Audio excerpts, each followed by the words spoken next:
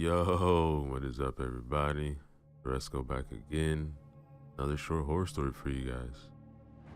This one is a one shot written by Old School Horror titled Something's Out There. Remember to use the links in the description below.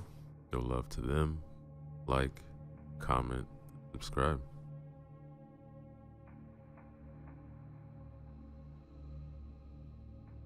Dark roads lead to dark places. These were the words which went through Jake Harris's mind as he was driving on the lonely country road. He was coming from a dark place, a place which was not physical. It was in his past, and no matter how fast he was driving, he couldn't get out of it. Guilt is a dangerous feeling. It was eating him for years, so he was driving away from the big city. He needed some time on his own. The state of Wisconsin proved to be an excellent choice for him. Jake's late parents had a cabin somewhere north in the woods.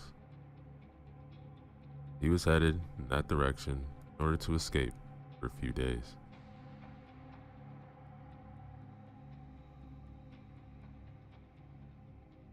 Sleepiness crawled over him, and he had a hard time concentrating on the road. He was driving for many hours now. But driving was also a thing which he loved. Long roads were his favorite. Since his wife and son had died, he was often on the road. Sometimes Jake just got into the car and drove off to nowhere.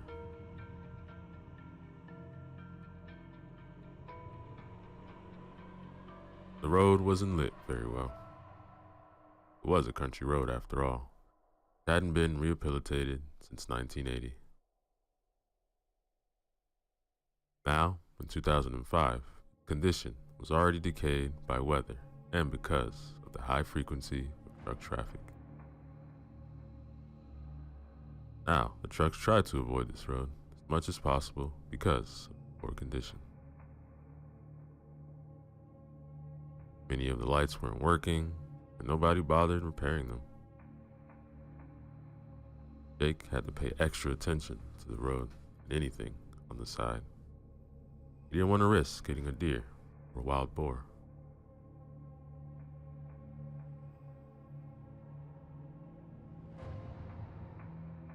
He reached a wooded area. I must be close, he thought. Pressed the gas pedal a little harder.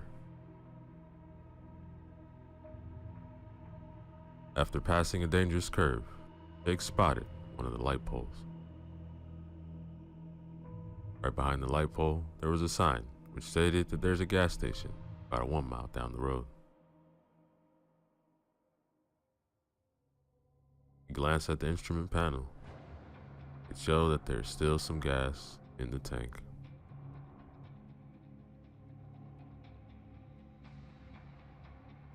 Glancing back at the sign, he saw that the light wasn't working properly. It kept fading, then brightening again. It was a strange occurrence. Jake couldn't remember seeing anything like that before. Then his eyes caught something near its shadows. It looked like there was a person standing there. For a moment, he thought he saw a pair of circular red eyes. Or were they red lights? He slowed down a bit, but couldn't see more. So, he kept on driving.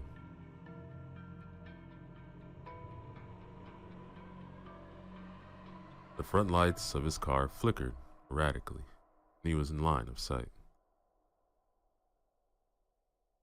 They were even out for a few seconds, radio went crazy, switching channels in a chaotic manner, until he got past the sign.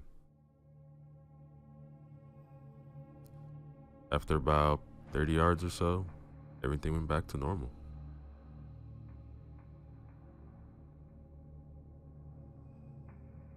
This strange event woke him up from his lethargic state.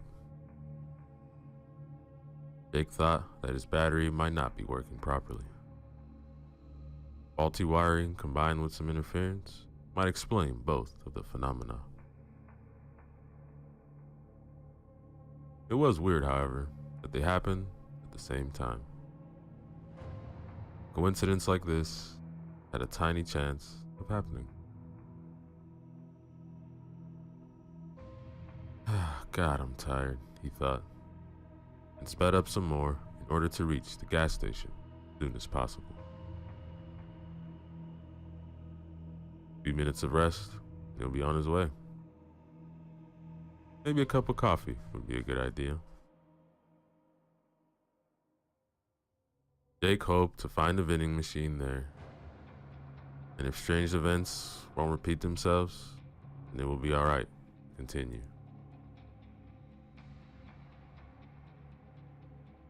The tired man kept looking around to see if he can spot anything unusual between the trees. He couldn't see anything out of the ordinary. There were only oak and maple trees everywhere he looked. Lush vegetation surrounded the road from both sides. The dark parts, though, made him feel uneasy. He had to slow down and drive with extra care when going through those parts where the lights were out.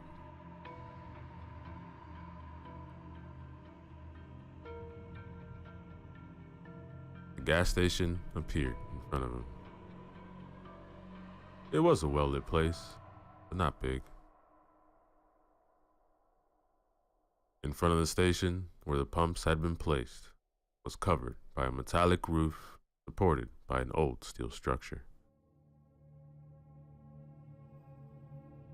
He then stopped his red 1993 BMW at one of the pumps and filled up the tank.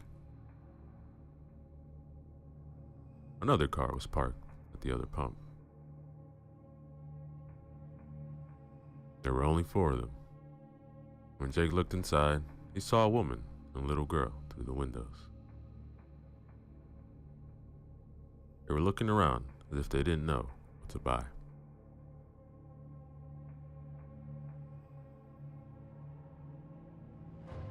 He looked around again, but couldn't see anything.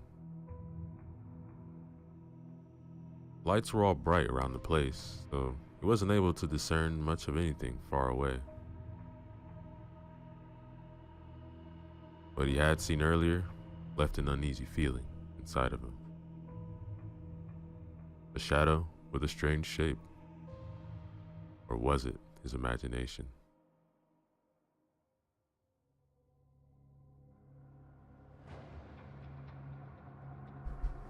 He got out of the car and pulled up the zipper of his leather jacket.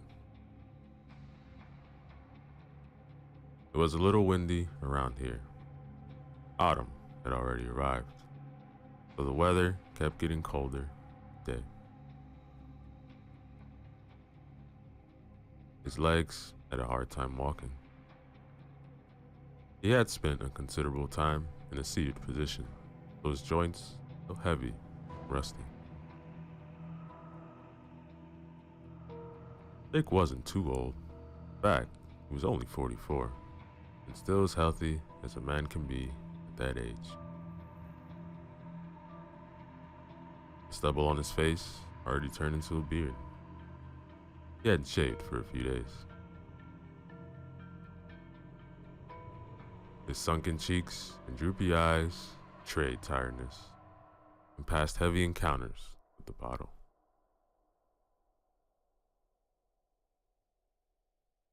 He filled up the tank, then went inside the station and bought himself a coffee from the vending machine. He waited for the clerk while listening to the pleasant music which was playing in the background.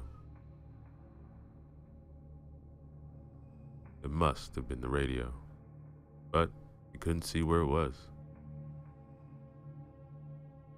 Then the gas station clerk came to the counter a few seconds later. He was a tall black guy, also a little skinny. The man didn't look tired at all, maybe a little bored. He had thick lips and dark brown eyes, characteristic of African American people. Jake paid for the gas. Before he could leave, an agitated man rushed inside. He was in his 50s and sported an enormous belly. The blue baseball cap on his head was dirty and soaked in sweat. The man's hairy chest was heaving. Jake could see that because of the partially unbuttoned striped shirt the man was wearing. Hey, something's out there. What? There's something out there I saw. What's out there? I don't know. So what? Maybe it was a man. Yeah, but he was black. No shit. I'm black too, man. No, not like that. He was completely black. I'm completely black too. No, not like that. Look, about a mile from here, that way. Near the road. I saw it too. Look, I don't know what the two saw, but I ain't seen shit right. So with all due respect, please stop talking crazy stuff. Scaring the lady and her little daughter. He pointed towards the woman and child. They were close by. The woman was nice-looking brunette with long curly hair and had a decent physique. He was talking to her daughter, who also had brown hair and an angelic face. The little girl looked about 10 years old. Look, man, I think that what we've seen was just a trick. No, it wasn't. Look, I saw it moving. The lights in my car went out. I barely got here, man. Couldn't see a damn thing. Come on, man. Cut the bullshit. We're all trying to get through the night. So please, calm your ass down. Just after the clerk finished the sentence, the lights on the road went out. They all threw concerned looks towards the road. See what I mean? Are you people satisfied now? Oh, come on. Them lights weren't repaired in 100 years. Damn it. Alright, then I'm out of here. Whatever that thing was, it's coming. Hey, was it beside the big road sign? Sort of. It was further down the road, by the light post, not far away from the sign. The light wasn't on. Probably wasn't working. Anyway, I'm not sticking around much. Crept the fuck out of me. The guy's crazy. But deep down inside, Jake knew that the other man was right. Yeah, man, but haven't you said you seen it too? Look, honestly, I don't know what I've seen. Jake didn't like this. There was one more person who had seen the strange apparition, and there might have been something there after all. He didn't see it well, and didn't want to draw a conclusion. Might have just been a prank by local kids. He remembered a story from the teens. What he saw earlier was eerily similar to that. A long time ago, he and a few friends cut a piece of cardboard in order to resemble an evil face. Then they folded it up to look like a cylinder. After that, they glued a piece of cardboard to the top and one to the bottom. It resembled a jack-o'-lantern in the end. They cut a hole in the back, put a candle inside. Then they stuck the thing on a tree in the park, their hometown. After nightfall, a young boy and girl came to have some fun, where nobody could see them. When they noticed it, they got scared and ran away screaming. Jake smiled at the thought. He still saw their scared faces. It sure looked like one of those pranks. The woman and the girl just arrived at the counter, and the woman wanted to pay. Jake looked at the woman and her child. They both looked back at him, smiled. He did the same, and headed to the door.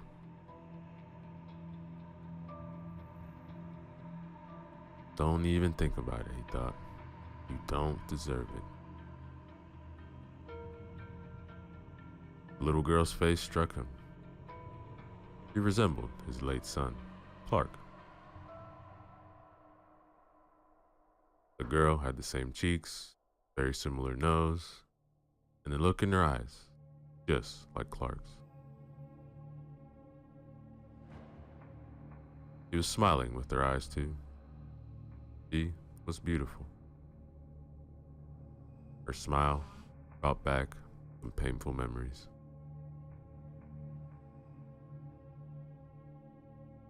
These memories dated back 4 years, and Jake hated them as much as he hated himself. His wife and his son were no more because of him. Only death could save him, the guilt he was feeling. He didn't start a new life since their death. He couldn't. The road was his salvation when he wasn't working. Jake was driving because this way he'd avoid the damn bottle.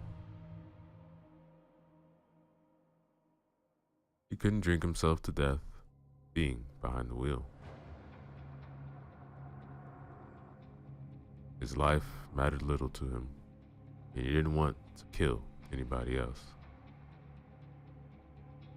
Sometimes he was fantasizing about saving somebody else at the expense of his own life in order to die, at least, at peace.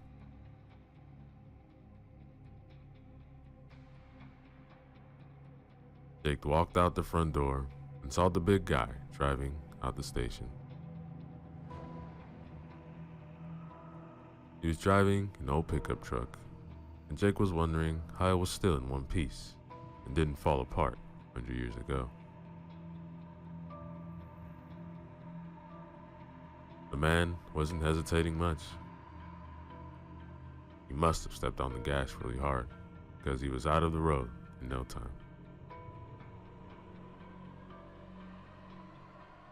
The fat man was speeding away, his decrepit excuse of a car, no working lights, and he disappeared behind the trees. He didn't get far, however, as Jake heard tires screeching and then loud crashing noise. Crashing noise was quickly followed by a harsh metallic one, then an elongated scream. Jake couldn't see anything because of the lush vegetation surrounding the station, but he knew it was bad. Rushed back inside right away. Hey, I think the big guy had an accident. All right, I'm coming right away, said the clerk. Grabbed the flashlight.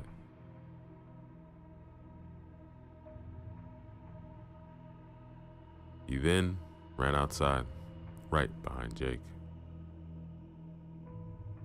The woman and the child remained inside. The woman didn't want her daughter to see anything related to an accident. Jake reached the man's fat car. It looked like the man tried to avoid something on the road. Something he saw too late. The car hit an enormous tree and now lay on the side of the road, smoking.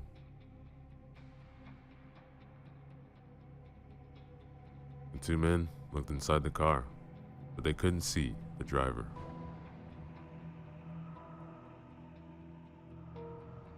They saw right away that the steering wheel was bloody. It was an old car, but most likely didn't have an airbag. I mean, even if it had one, it obviously wasn't working. They noticed that the right-hand door wasn't where it should have been. It was ripped out of its hinges and lying about 5 yards away between the trees. The impact didn't look so forceful for the door to be that far away. Even for a wreck of a car like a pickup truck, it appeared impossible. What the hell happened here? Look, man, I don't know. No sign of the fat dude. Both men then looked around the car and under it. The men even searched their surroundings, but they found nothing. Jake's guts twisting, turning. The sight of the red-eyed shape came back to him. If it were only for him to see it, it would have been fine. The really unnerving fact was that the fat guy had also seen something even closer to the station.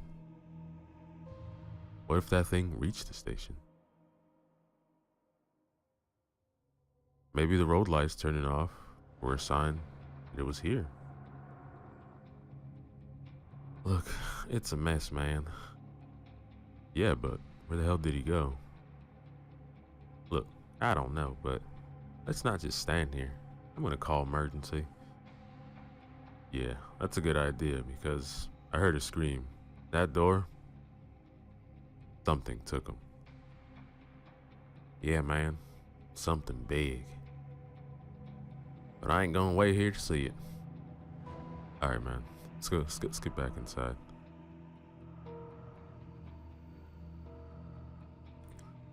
The men were heading back towards the station. Right before turning from the main road onto the driveway, they met the woman and her daughter. Hey, what are you doing? Not safe here.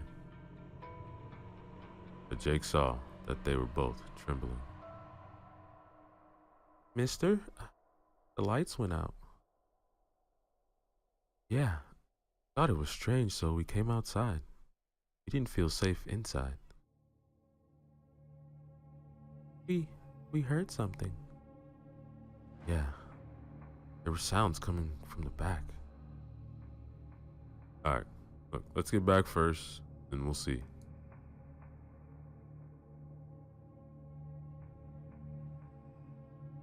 They all went back to the station. The clerk was in front with the flashlight. The girls were behind him, and Jake in the back. For a short time, he turned and walked backwards. He kept his eyes on the road, but couldn't see a thing. The night was still, and nothing moved on the moonlit road. Not a car passed as he arrived. It really did seem like an abandoned road. He was wondering why the owner of the gas station hadn't gone out of business. It seemed that the owner made little money out here.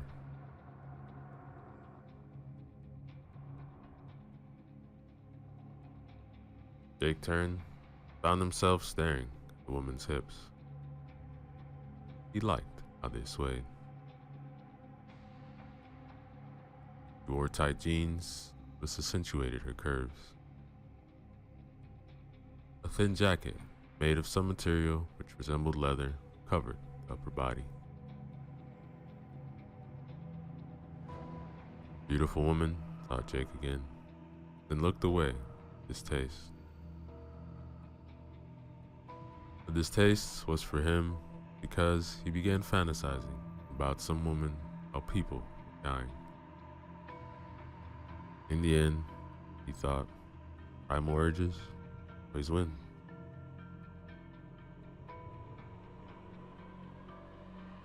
My name is Curtis, by the way.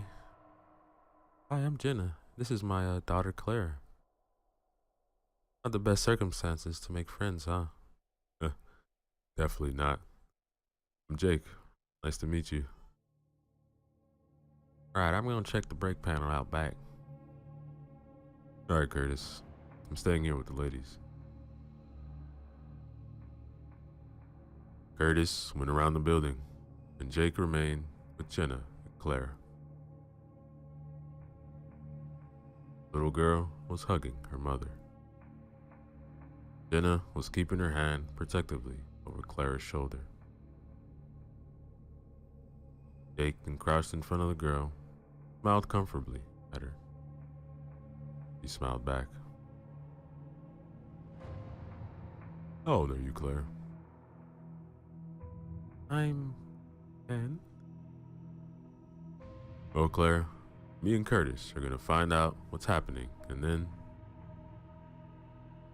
He couldn't finish because there was a loud curse coming from behind the building. Motherfucker. It was Curtis. Alright, stay here. Don't drive away because we don't know what's out there.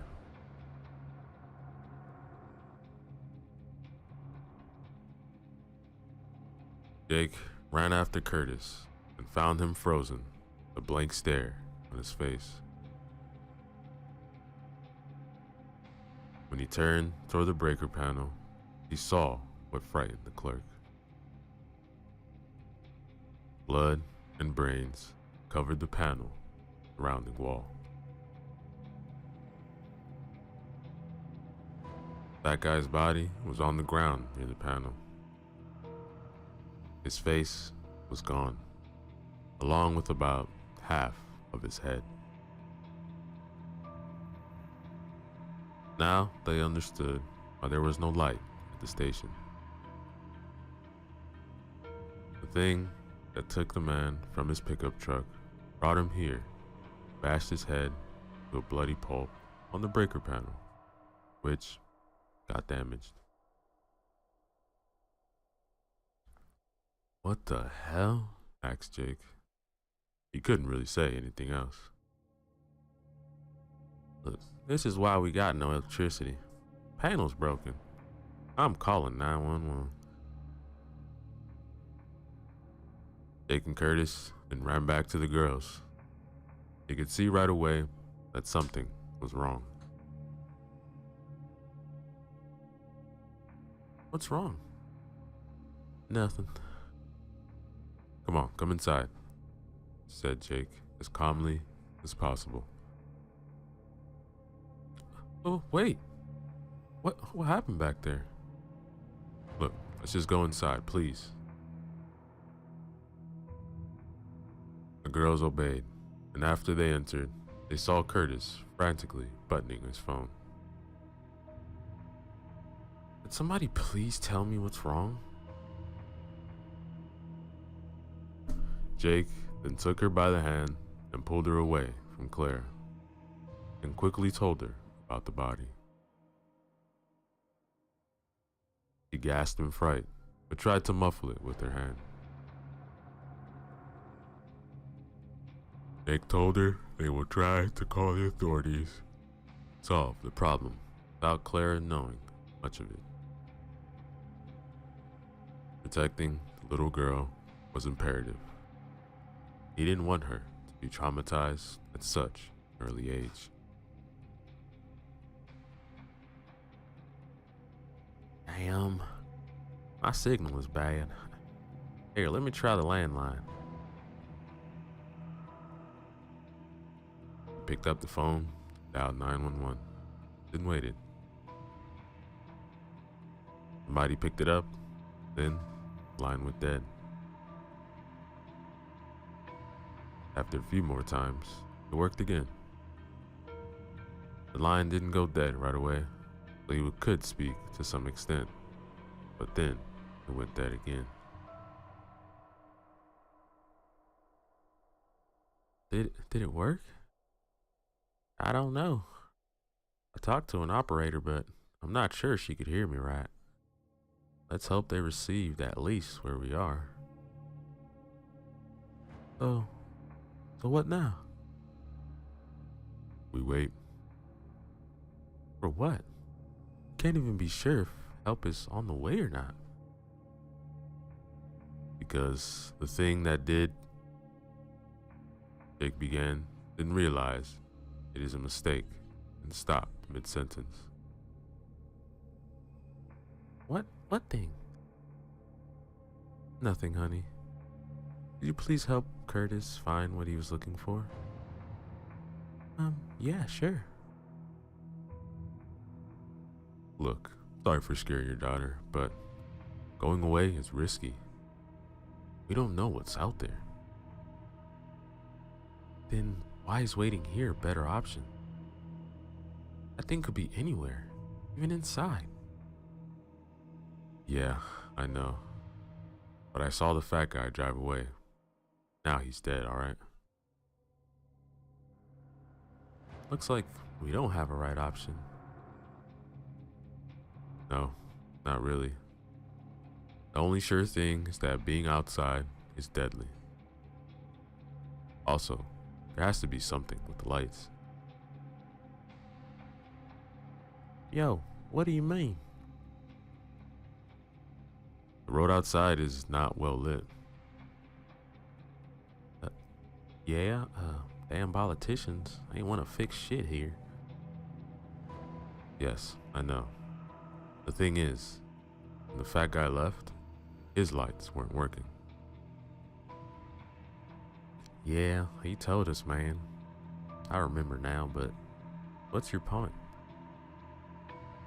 Yeah, what's with the lights? He also said his lights went out when he saw something on the roadside. I saw it too. When I got close to it, the lights went downright crazy. You mean like in the horror movies? I don't like horror movies. Yeah, something like that. And that thing, it was not human.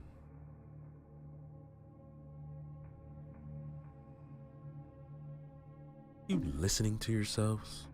Really? Horror movies? Monsters? You two must have smoked something. Alright, come with me. Excuse me? Look, just come with me. I'll show you something. I won't hurt you, don't worry. Alright. Watch my daughter, Curtis. Yes, ma'am, no problem.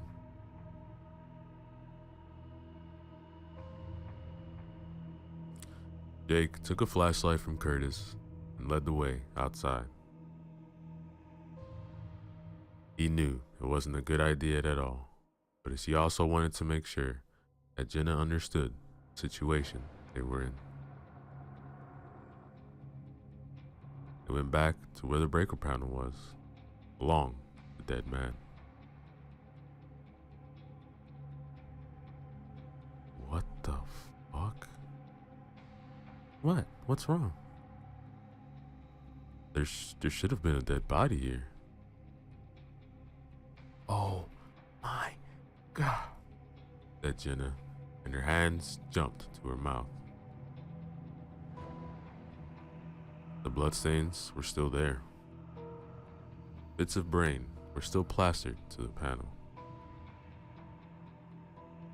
It looked like something bashed the poor man's head against the panel with substantial force. Oh my God, is that? Looks like a tongue? They stared for a second at the fat man's tongue, which laid in a small puddle of blood a few yards from the panel.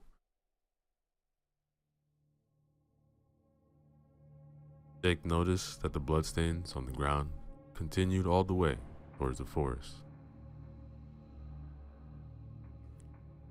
He shone his light on the ground where the body used to be, and traced the blood-red streak till it disappeared in the darkness of the trees. That thing dragged the body into the woods. Yeah, but why? I don't know, maybe to eat it? Maybe. I don't know. But why leave it here first? Take it away later. Jake froze after his light beam fell on something he didn't see before. He gasped, and Jenna threw a half-frightened, half-worried look at him. What's that? They went closer in order to see what made the man stare so dumbfounded at the ground.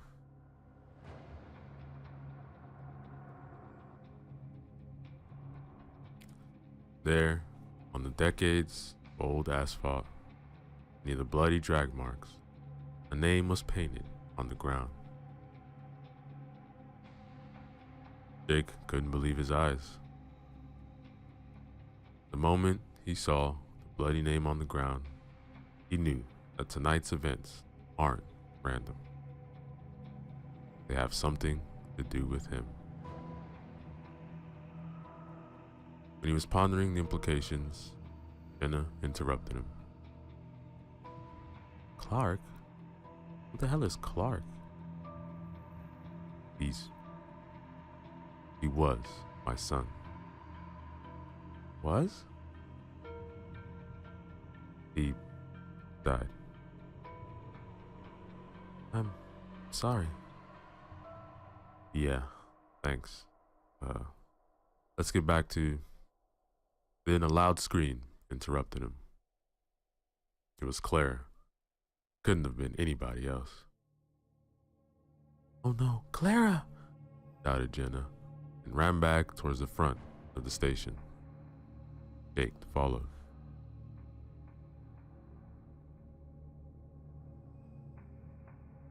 A stream of light illuminating the driveway from inside. It looked like somebody was searching for something. Mommy? It's alright, honey, I'm here. What happened? A monster wanted to take me. Curtis chased it away. Hey, y'all need to get inside. They followed the clerk's instructions and hurried in. He was trembling from head to toe.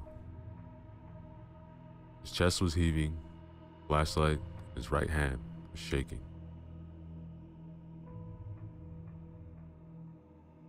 What happened? He said she wanted some candy, you know. So I let her search for candy.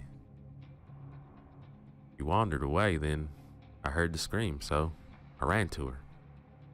She was by the big glass wall in the front. I pointed the light to her, then I saw the thing we were talking about behind her. Jenna held her hands to her chest like she was having a heart attack. She felt relieved because Clara was still alive, but she also knew that her daughter's life had almost been ended. Alright, then what happened next? It disappeared. It dissolved in the thin air. I can't explain it. I couldn't see much, but it was big, man.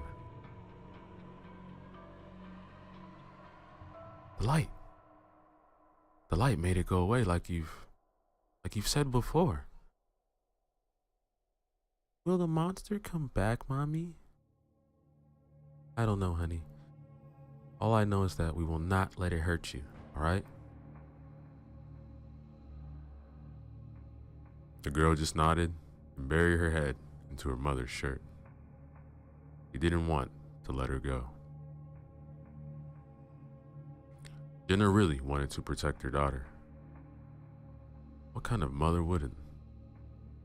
The problem was, he didn't know how. He had to rely on the two men who were as lost as she was. Yeah, doesn't like light. That's why he took out the breaker panel. And that's why it could scare the fat guy. His lights weren't working. Yo, the fat dude said his lights were out when he passed the thing on the road. You passed it too, but your lights are working, right? Yeah, I think so. When I passed the thing the first time, my lights flickered, my radio went nuts. It all returned to normal though, after I got further down the road. How come your lights were still working? I don't have the vaguest idea. Your lights were okay when you were on the road, right? Yes, but I came from the opposite direction. Okay. So, we don't know what the hell this thing is. So we better make sure that we are surrounded by light all the time. How many flashlights do we have? We have 4. One is mine, the other's yours, and we still have 2 extra. Jake took one of the lights and gave it to Jenna. He took it and looked in his eyes with compassion, but also some hope. Jake seemed to her like a man who could save her, Clara.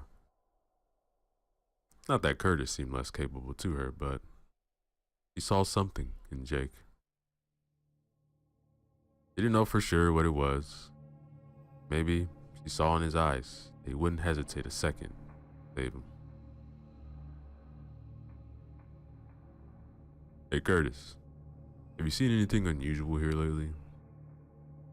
Anything which might explain all this? Yo, look, I'm working here for a month or so. Not sure as hell I ain't seen anything crazy going on. It round here and get weird until your ass showed up last night. Jake lowered his head. He was thinking. Maybe these events are truly tied to him somehow. But he couldn't understand how. I don't know, Curtis. Let's just get through the night, okay? Let's do it, man. Hopefully our batteries are gonna last. Aren't you selling flashlights here? Jenna asked, perplexed. No, ma'am. This was the same question I asked the boss when I'm coming here to work. He said that he plans to sell them in the future, but not yet. Business strategies, you know. Or lack of them. Shit, Jake exclaimed after their flashlights went out. Darkness enveloped them, and they felt icy fingers crawling up their backs. Clara hugged her mother more tightly. The two men tried desperate moves to restart the lights, but it was futile. Just when they thought it was all over, they heard sirens.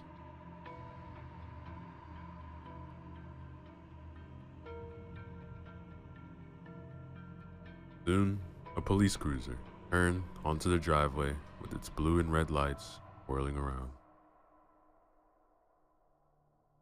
People inside the station died in relief. Finally, they had been rescued, and the ordeal was over. At least, this is what they thought. Better stated, this is what they all wanted to be true. The car didn't get too close because its siren and lights went dead in an instant.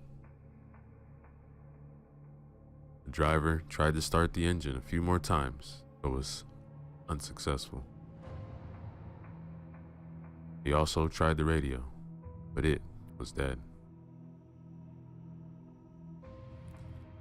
Jake opened the front door and was heading out to meet the police officers, but then halted in his tracks. To his right, between the tall bushes, he saw something moving. At first, he thought it was something in the wind. But no, it had an abnormal form. A tall, dark shape emerged onto the driveway. It had no visible features, only an outline. Otherwise, it was complete blackness. Outside was dark, but the visibility was still acceptable because the sky wasn't clouded. The faint moonlight somewhat illuminated the surroundings. Other than that, there was nothing else. No lights were working, but the sheer blackness of the creature was still obvious.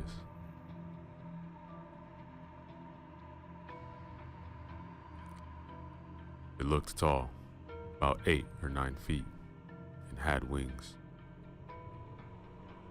They resembled the wings of a bat, only much larger, and they were only retracted.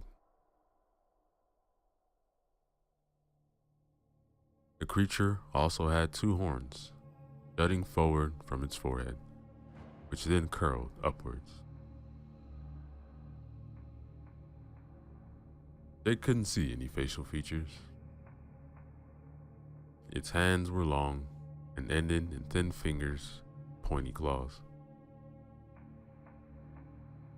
The creature's legs were like that of a bird or a bat. Digitigrade, but with long fingers and claws. The only feature which stood out, the blackness, were the eyes. Brown and red, positioned in front of the face like those of humans. They were looking straight at the cruiser. Jake told the others to stay inside and began signaling the officers to watch out. He was waving both his hands frantically, shouting. He knew that this was his most idiotic thing he could do, but didn't want to have more people on his conscience.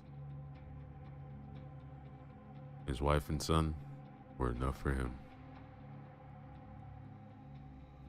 Watch out! Watch out! To your left!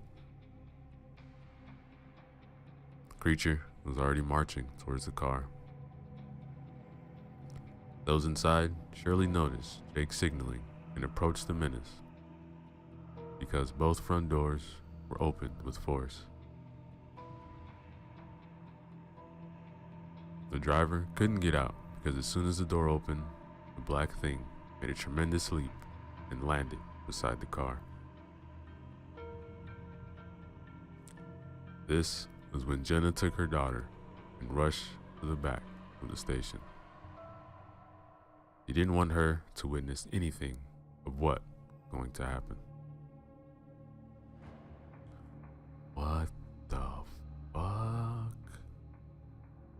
Came the panicked shout from the police officer as the creature grabbed the door and ripped it off like it was nothing.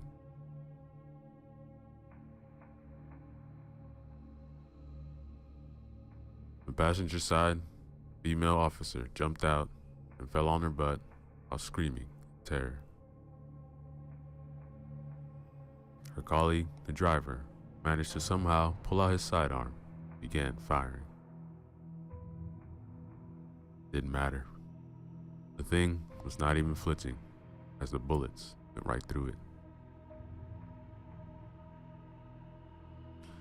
Jake assumed that the shots could have been off target because of the distance between the shooter and the monster was only about 6 feet.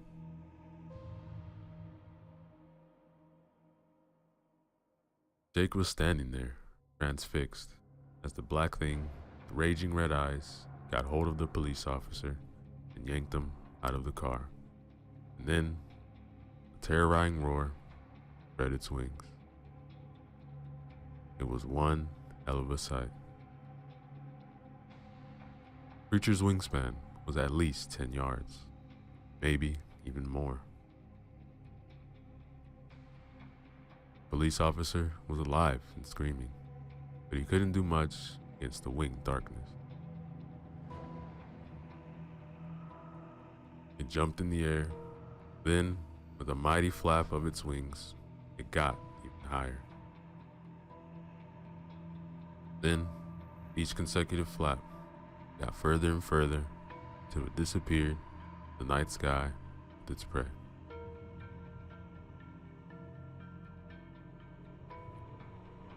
Come here! Hey, officer! Jake was trying to get the attention of the policewoman who was still lying on the ground.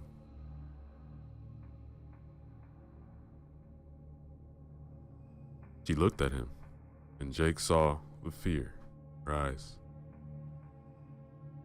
Maybe she's in shock, thought Jake. He was right. The officer's look was lost and confused. Her eyes showed panic. Jake extended his arm, and only after calling to her a few times did she wake up from her stupor. Hey, come with me. Not safe here. All right. He helped her get inside the station. And when Jake opened the front door, a beam of light hit his face. What's that? Oh, sorry. Looks like the flashlights are working again. What the hell is that thing, man? I can't believe this shit. Yeah, me either. But I don't know what it is. Looks like a bat straight out of hell. Are we going to survive this night? Jenna asked as she glanced at Jake. He only sighed. He didn't have an answer for that. After witnessing the formidable abilities of whatever the winged thing was, he wasn't sure at all they survived. Deep in his guts, he felt that they can't fight this thing, and neither can they run away. Jake put these thoughts aside and wanted to do something. The sight of the crying little girl and the look on her mother's face broke his heart. Look, we have to do something, man. I know, Curtis. Thinking. Look, all we know is that its weakness is light, and it can interfere with electronics. Yo, that's right. Problem is that we need electronics to have lights. I sure ain't starting no campfire here. Okay, but what about the generator? Don't you have some kind of backup generator for emergencies? I don't know. As I said, I've been working here for a month. They don't show me much when I started. There is a generator, said the policewoman. The others just looked at her without saying a word, like she was some kind of alien. They almost forgot she even existed. She was young, close to 30, but not yet there. Her long blonde hair was tied up in a ponytail, and her otherwise harmonious face were now contorted under the pressure of fear and shock. She was sitting on the floor with her back to the counter, hands on her knees and head down.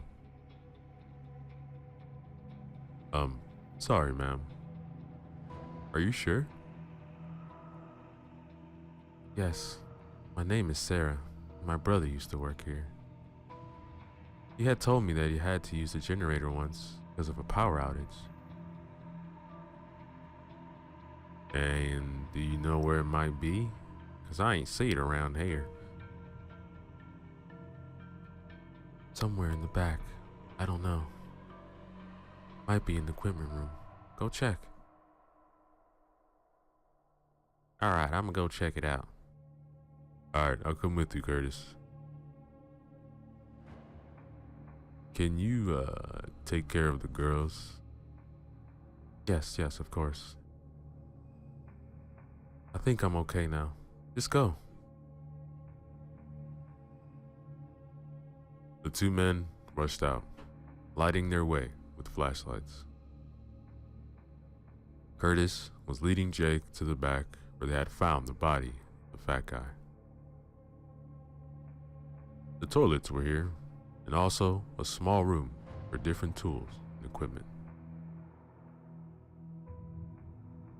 Curtis fumbled a little with the key, but soon the door opened, and they were greeted by a dirty and cluttered rectangular room. The smell of dust and gasoline hit their nose right away. Alright, let's see what we have here. As Curtis and Jake began searching.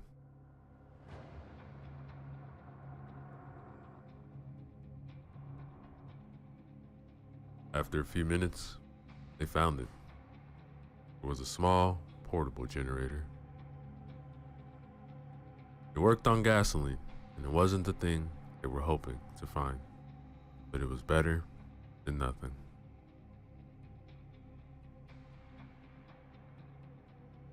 Look, I have to find some gas to fill this baby up, but we'll see if it's working or not. I really hope it's gonna work.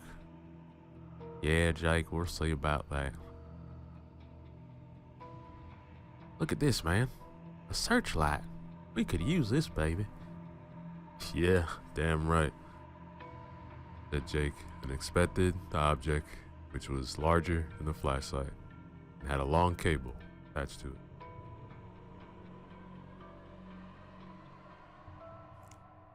Their flashlights flickered wildly, switched off. 3 screams erupted from the front, and the lights switched back on. They both got startled by the sounds, and Curtis darted for the door with a panther's agility. No, said Jake. We'll need light as soon as possible. All right, man, go, Curtis replied, and his hands were already shaking. Jake ran to the front to see what had happened. When he reached the entrance and looked to the glass wall, he almost screamed himself. The upper torso of a man was crawling towards him, fixed eyes on Jake. Sarah was standing in the doorway without a clue about what he should do. Jenna was inside. She was cradling her daughter, so she doesn't see horrible events.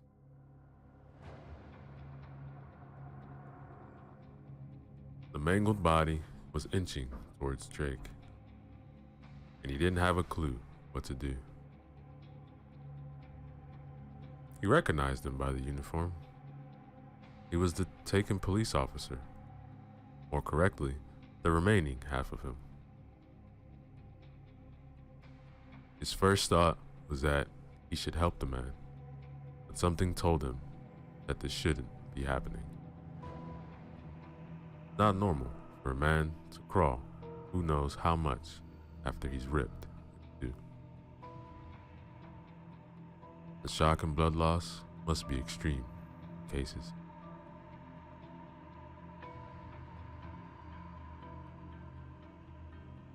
He remembered an event which he witnessed as younger.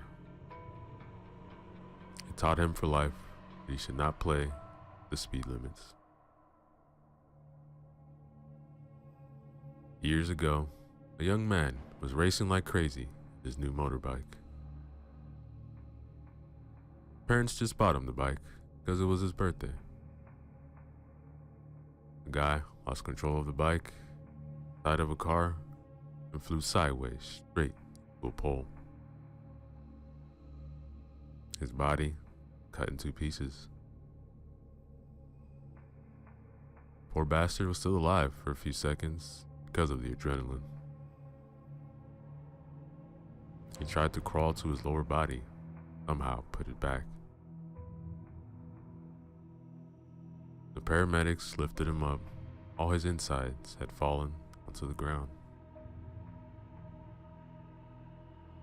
Jake saw his eyes was crawling to gather up his guts. They didn't look like the eyes of this man. These were evil and resolute. His suspicions became reality. The crawling torso spoke in an almost feminine voice. "Why did you let us die?" Jake backed up a few steps with his mouth hanging open. He couldn't believe the voice he was hearing. "It's your fault, Jake. It's all your fault." Jake kept looking at the corpse, then to Sarah, who was still standing in the doorway. Her face showed bewilderment, fright. He looked at Jake for answers because she knew that he had some. At least this was she concluded when looking at his face, which betrayed many feelings.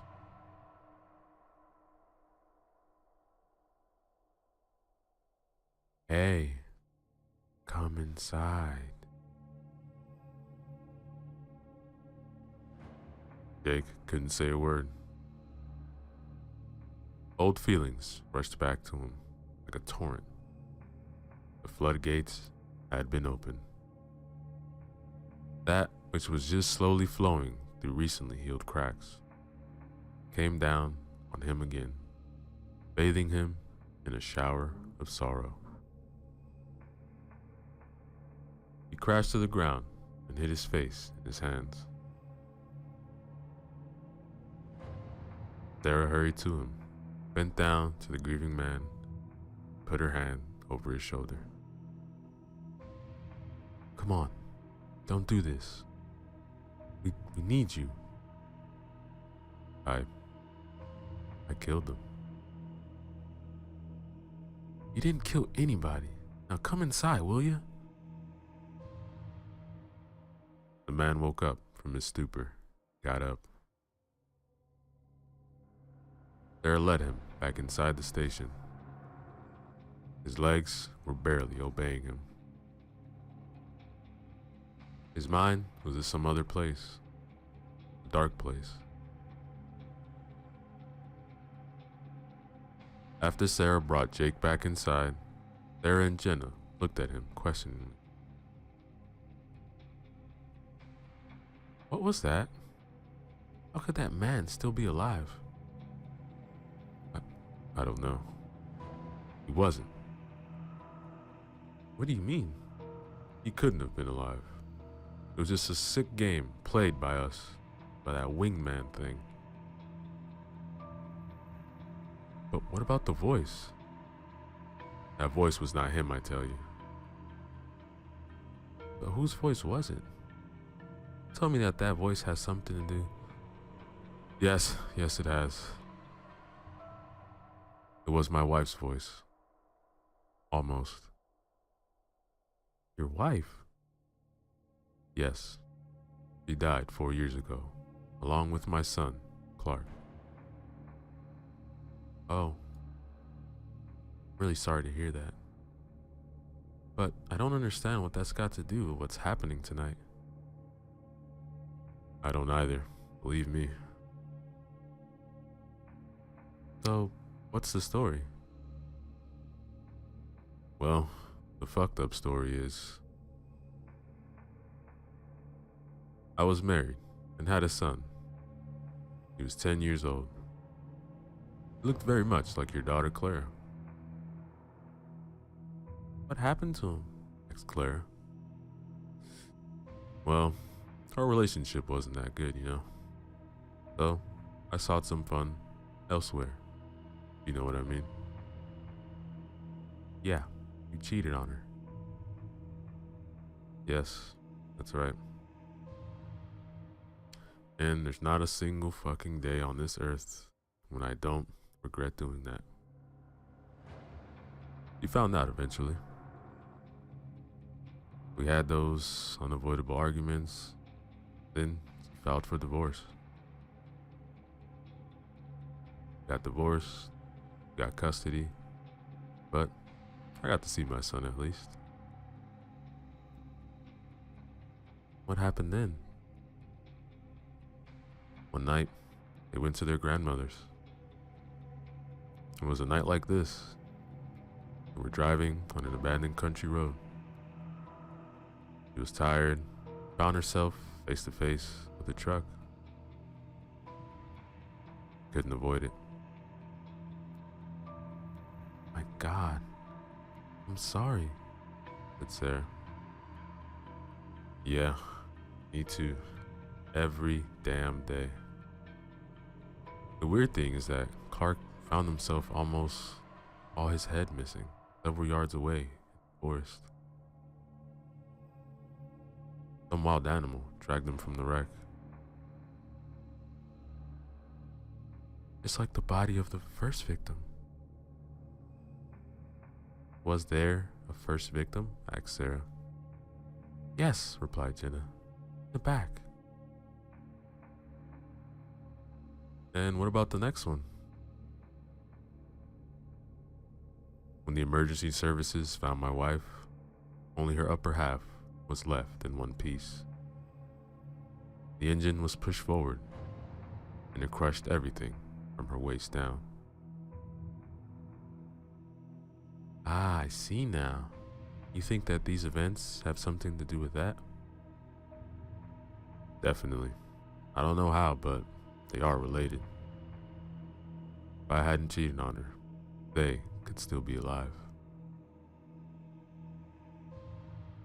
Look, it wasn't your fault, said Sarah. Yeah, cheating on her wasn't an agreeable thing, but their death wasn't your fault. Yeah, my mind keeps telling me that. But what is burning in here, telling me otherwise. Hey, where's Curtis? Oh, damn it. I left him in the back. Alright, look, stay here.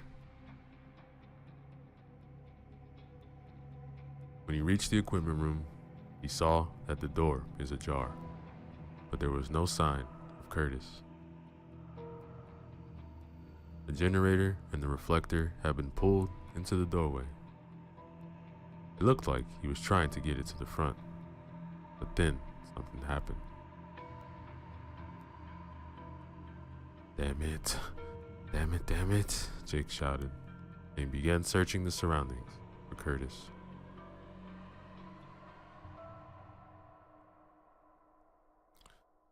His heart was racing. He didn't want to lose Curtis. In fact, he didn't want to lose anybody. He wanted to make sure that they all survive. But it seemed that it is not a plausible task.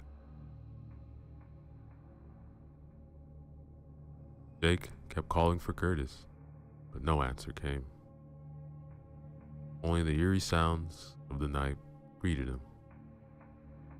Crickets were chirping endlessly in the forest, and from deep within the woods, owl hooted. A harbinger of death, he thought briefly. Is this his destiny? One minor mistake, and then only pain and suffering? He didn't deserve this, he thought. Not this much, at least. Others shouldn't pay with their lives just because he was stupid once.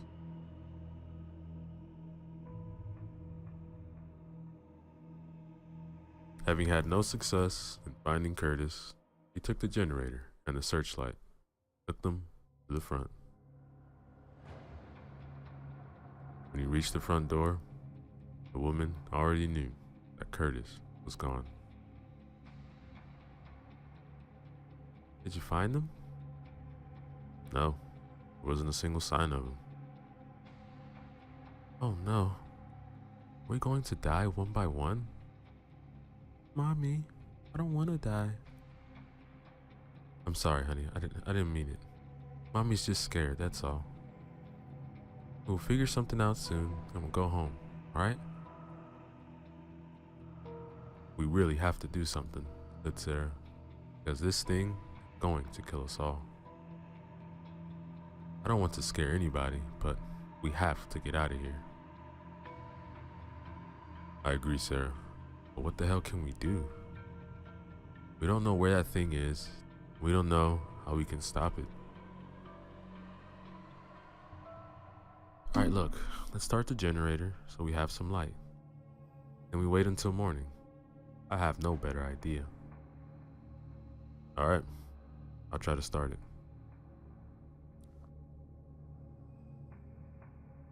He took the generator further inside and switched it on. It was working fine. He then connected the searchlight to the generator. After switching it on, bright light filled the place. It was much more powerful than their flashlights. The steady roaring of this generator's sound was a welcoming one.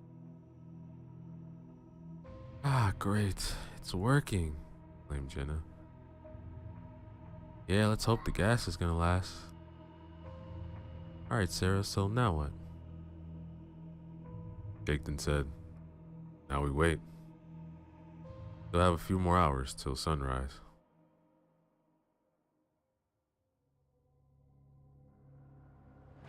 They all gathered close to one another and waited. The light was comforting. Jake checked from time to time the generator to see the level of gasoline. The machine was eating up the gas at a steady state, but it seemed that it will last till sunrise. For an hour or so, nothing happened. Clara was sleeping in her mother's arms. Jenna was sleeping too. Sarah and Jake were awake. They sipped from the bottle from time to time. Not too much though, so they won't get drunk. The two of them were talking in a low voice about many things. After some uneasy shuffling, Clara woke up and began waking up her mother. Mommy, I need to pee. Yeah, all right. I need to pee too. Hey, you two shouldn't go alone, said Sarah. Don't worry, I'll go with them. Look, I'm coming too. I also have to use the bathroom, and it's better if we all go together. Damn whiskey. And drink on the job. Alright, let's try to make it quick. Take the flashlights with us. At least we'll know when it comes.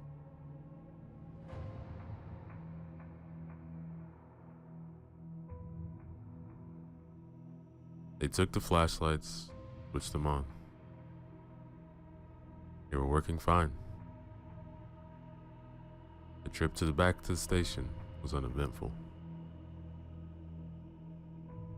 After all of them finished what they had to do, Jake started leading them back inside. Then the light from inside went out, and they heard a few clattering sounds. The flashlights flickered again. Sign something bad happening. Something not natural. Sarah unholstered her sidearm, and Jake could hear sighing deeply. They were standing at the corner of the building. "What do we do now?" asked Sarah. "I don't want to die, Mommy." "Don't worry, honey, I'm here." "Alright, let's check," said Jake. "A winged creature couldn't have done it. It hates the light."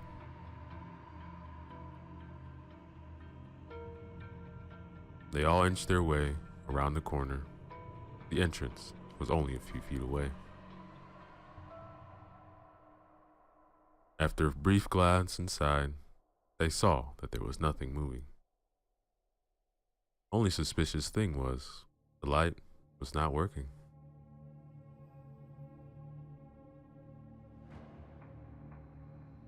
Sarah opened the door, then she went inside. Jake followed, and after him, Jenna and Clara. They waited here for some seconds and listened. Nothing moved. Everything was still.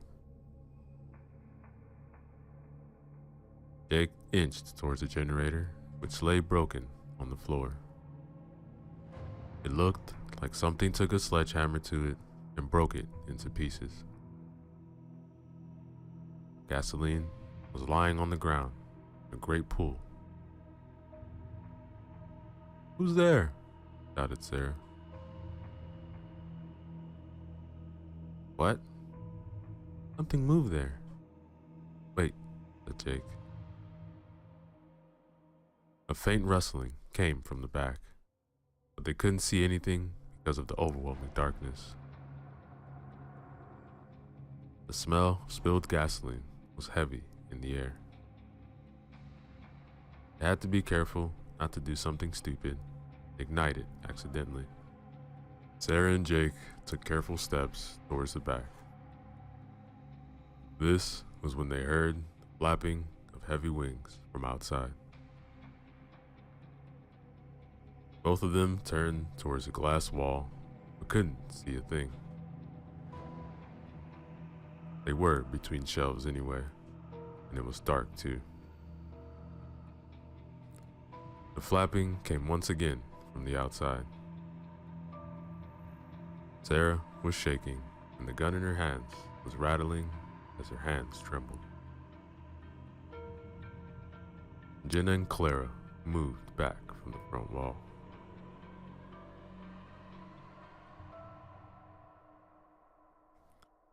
The next moment, Jake heard Sarah scream. He turned and saw her being grabbed by something. She screamed again as a black figure bit into her neck. Jake jumped to help her. That was when he saw that the black figure was Curtis. Or was he? He looked up and growled. Blood was gushing from Sarah's neck. It bit through the jugular. Jake knew in an instant what that had meant.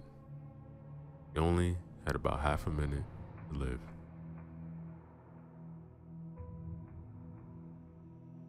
Jake grabbed the hand which was around Sarah's neck and then punched Curtis in the face. Curtis drew back, loosened his grip. Sarah slid out. With her remaining strength, turned and fired 2 times.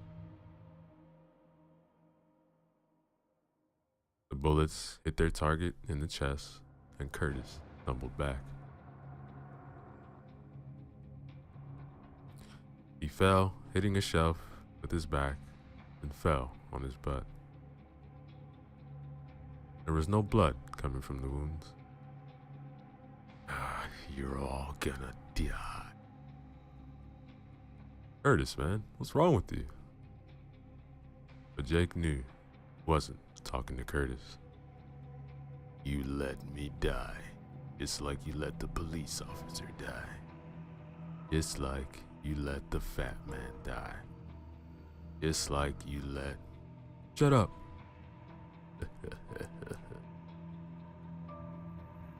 This is what you're telling your demons when they won't be silenced? Your demons have come alive, Jake. They will not stop till you are dead.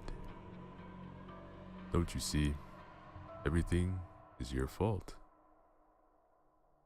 Do everybody a favor and just fucking die, you pathetic shit. Curtis's head lolled, and he didn't move anywhere. Jake was looking at him, stunned. The bad part was that he believed Curtis. Jake now saw clearly what these events meant. He looked at Sarah, who was on the ground, clutching at the wound on her neck. Quickly tore off his piece of shirt, folded it up, and pressed it on her wound. He was determined not to let Sarah die. He didn't deserve it. The only one who deserved to die was him. Jenna came to the side. Clara stood a few feet behind them.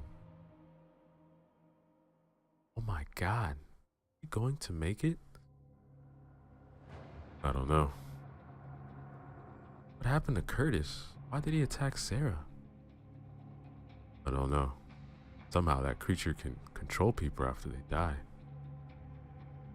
I can't believe this. Me neither. But I have to end it. Sarah gasped, and she grabbed Jake by the sleeve of his jacket. Save. I won't make it. Save them, please. No, you won't die. You can't die. It didn't matter. Sarah was already drifting away. Some seconds later, he didn't breathe anymore. The wound on her neck, too big, and the blood seeped out anyway.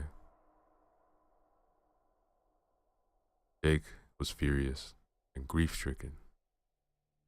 Is this all really his fault?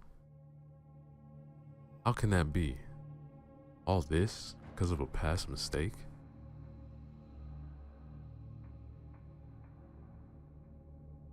He took Sarah's sidearm from her lifeless hand and checked it. It was a revolver, and it still had 4 bullets in it. After checking her pockets, he found some more bullets and replaced the 2 missing.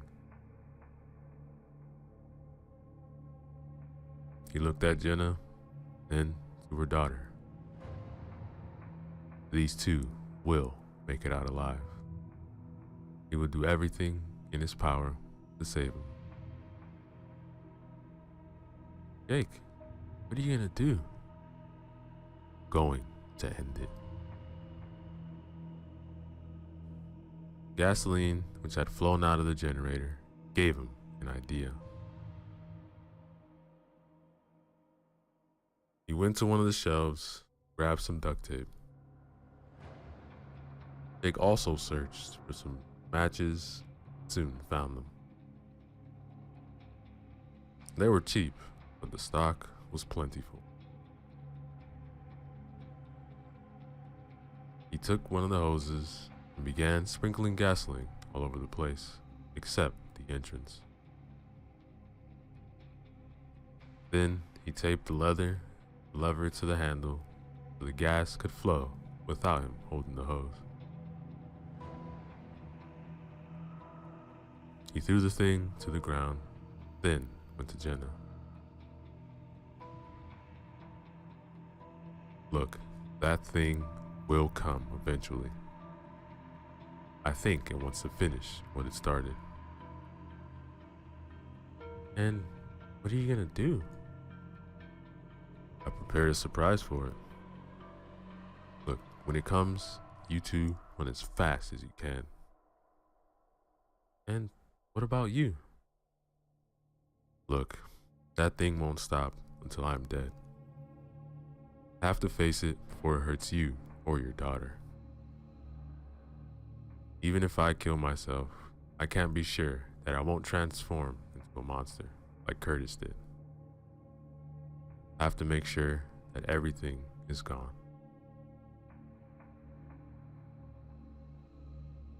All right. Look, I wish I had a choice, but it seems like the only one.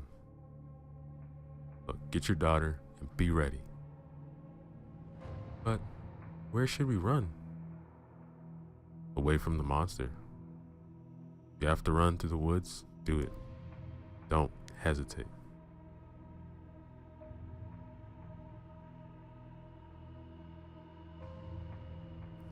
The flapping of wings came again. Jake braced himself near the pumps and readied the gun along with the matches. The creature came down top of the building. It let out a terrifying screech. Then you could hear its steps along the roof. All right, girls, be ready.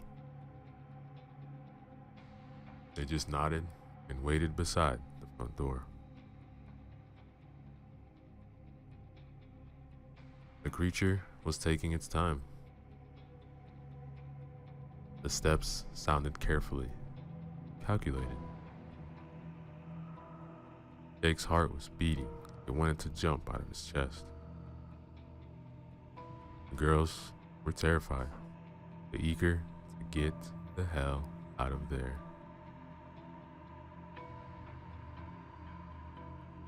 The creature jumped down from the building beside the girls. They both screamed and ran. But when the creature wanted to dart after them, Jake pointed the pistol at it and began firing. Hey, here I am. Come on, come and take me, you ugly bastard. The monster turned and stared at Jake with its red eyes. This was when Jake really understood what had happened. Not only had it had something to do with him, it was him. All the grief and pain he had felt since the death of his wife and his son came to life somehow. The monster had wanted him here. This is why the lights were still working when he had arrived. It was playing with Jake. It was feeding on his guilt. Jake didn't understand how this was possible, but it had happened, and it killed more people.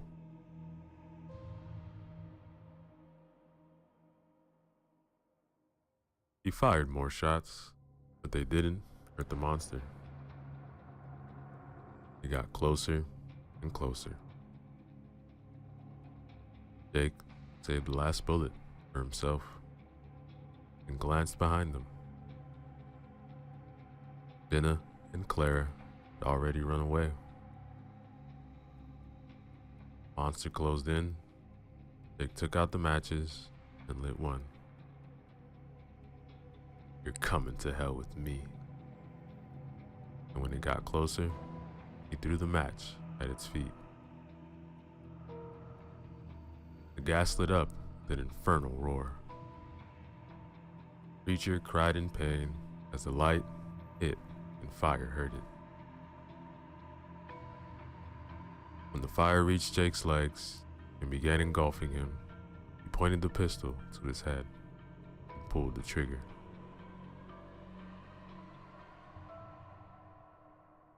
A few seconds later, Jenna and Clara saw from the road as the underground gasoline containers exploded in a fiery blaze of light and heat. The cries of the creature reached their ears too.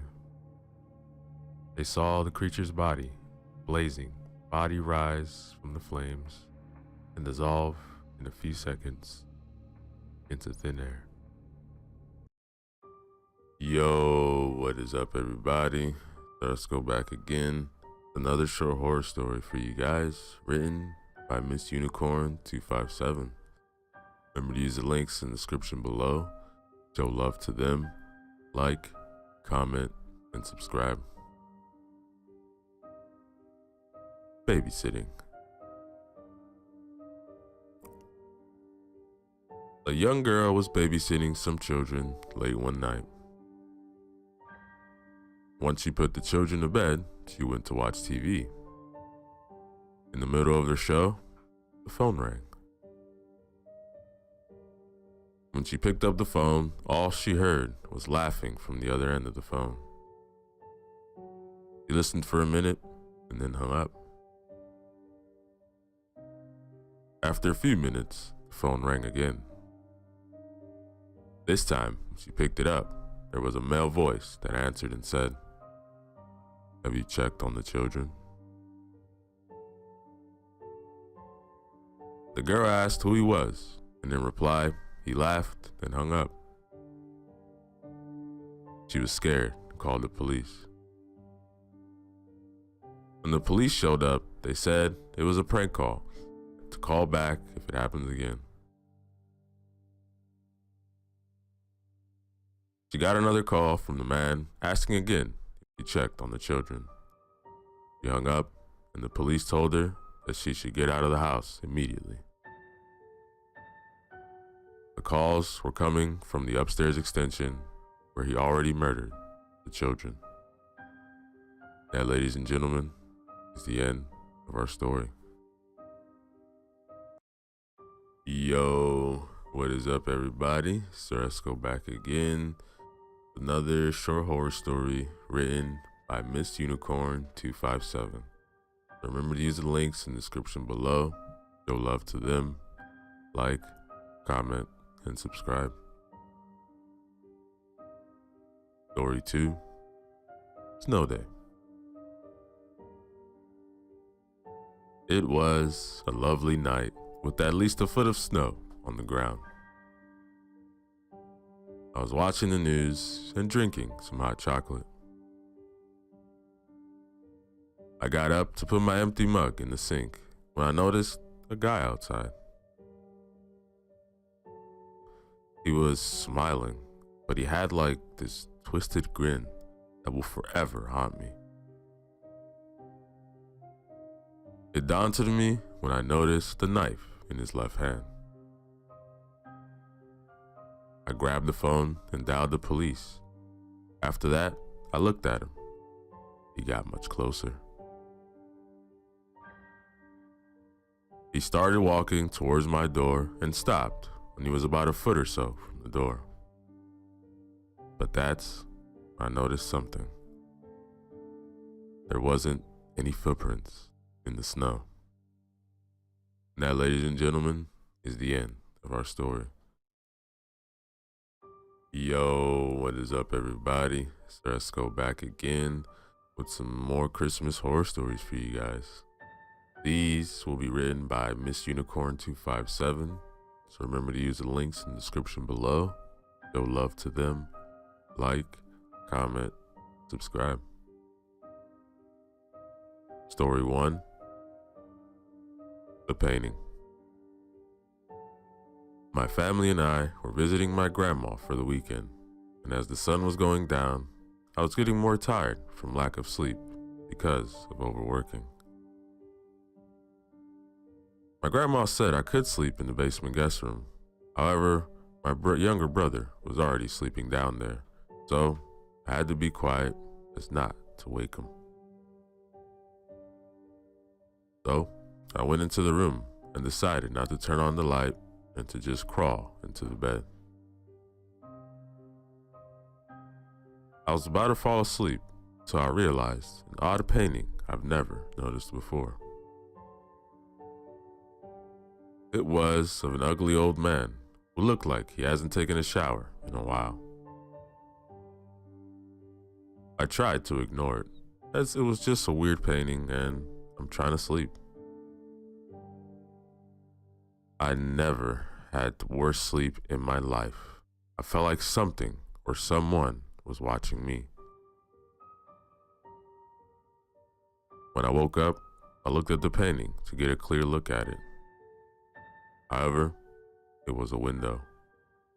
All I saw was the clear and sunny morning. That, ladies and gentlemen, is the end of our story. Yo, what is up, everybody? So let's go back again. Another horror story for you guys, written by Miss Unicorn 257. Remember to use the links in the description below. Show love to them. Like, comment, and subscribe. The street. When I stepped outside the train station, it was raining heavily. I thankfully grabbed my umbrella before I left. I opened it and started walking down the rather busy street. I don't know why, the atmosphere felt unpleasant. Something was wrong, strange. Every person I walked by didn't have an umbrella over them. Everyone was just silent and looked grim. They walked on, all facing the same direction. Suddenly, a taxi stopped by, and the driver motioned for me to come over to him. I gestured that I didn't need a ride. The taxi driver said, "Come on, get in." I gave in and walked towards the taxi. Besides, I wanted to get out of this unpleasant atmosphere. After about a minute or so of driving, the driver looked at me, pale-faced, and said, when I saw you walking down the street, you looked like you were trying to avoid bumping into people on an empty street. So I thought I should ask if you needed help." Now, ladies and gentlemen, is the end of our story. Yo, what is up, everybody? Let's go back again. Another short horror story written by Miss Unicorn 257. Remember to use the links in the description below. Show love to them. Like, comment, and subscribe. Ariel. When my first daughter was around 5 years old, she was obsessed with The Little Mermaid. She would literally watch it almost every day. We would dress up as Ariel every Halloween, and it brought joy to my heart, seeing her love something so much. One day, I found out that I was having another child. We later found out that it was a girl. Lily, our daughter, was thrilled to have a little sister, and so we were. A year goes by, and we're a happy family of 4. We have our 2 girls, Lily and little Ariel. Lily and Ariel were practically best friends, never apart. A little later, I heard running water coming from the bathroom, thinking it was Lily starting a bath. I didn't mind it too much, as she was old enough to have one by herself. So, continued to watch TV until I got up to make sure Lily was doing okay. I opened the door to see Ariel's face down in the water and Lily saying, "Go, Ariel, go. Find your Prince Charming." And that, ladies and gentlemen, is the end of our story. Yo, what is up, everybody? So let's go back again. Another short horror story written by Miss Unicorn 257. Remember to use the link in the description below. Show love to them. Like, comment, and subscribe. Pretending to sleep doesn't work. A young boy was peacefully sleeping in his bed one night. He suddenly hears footsteps outside his door. He opens his eyes slightly to see what is happening. His door then opens quietly to reveal a murder carrying his dead parents. This figure silently puts the corpses on the chair in his room and writes something in blood on the wall. The thing proceeds to hide under the children's bed. The child can't make out what the writing on the wall was and knows that the thing is under his bed. He pretends to sleep through all of this, but he just lays still, hearing the breathing under his bed.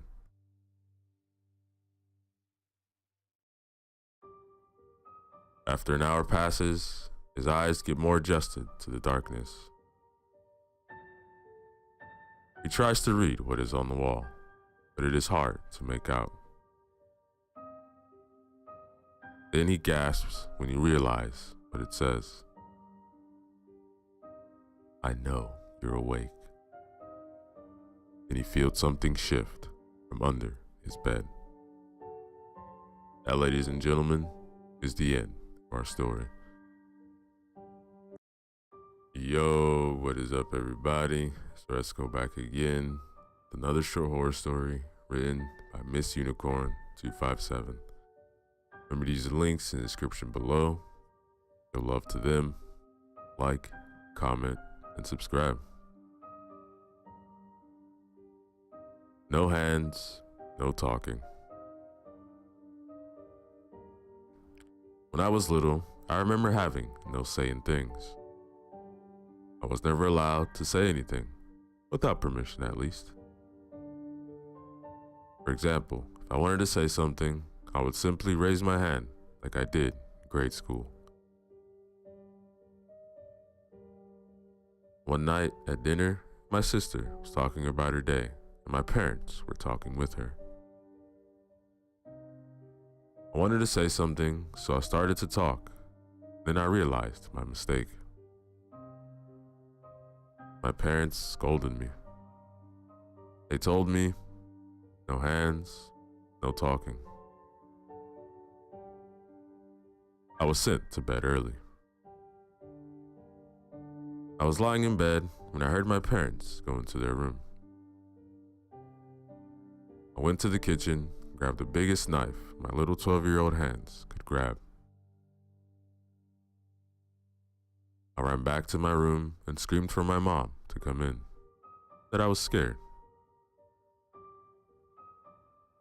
After about 2 seconds of waiting, she finally came in. Before she could say anything, I ran at her. I grabbed her head and slammed it against my wall. She was definitely out. Or so I hoped. I quickly grabbed her hands and did what she always told me. Extra, extra, read all about it.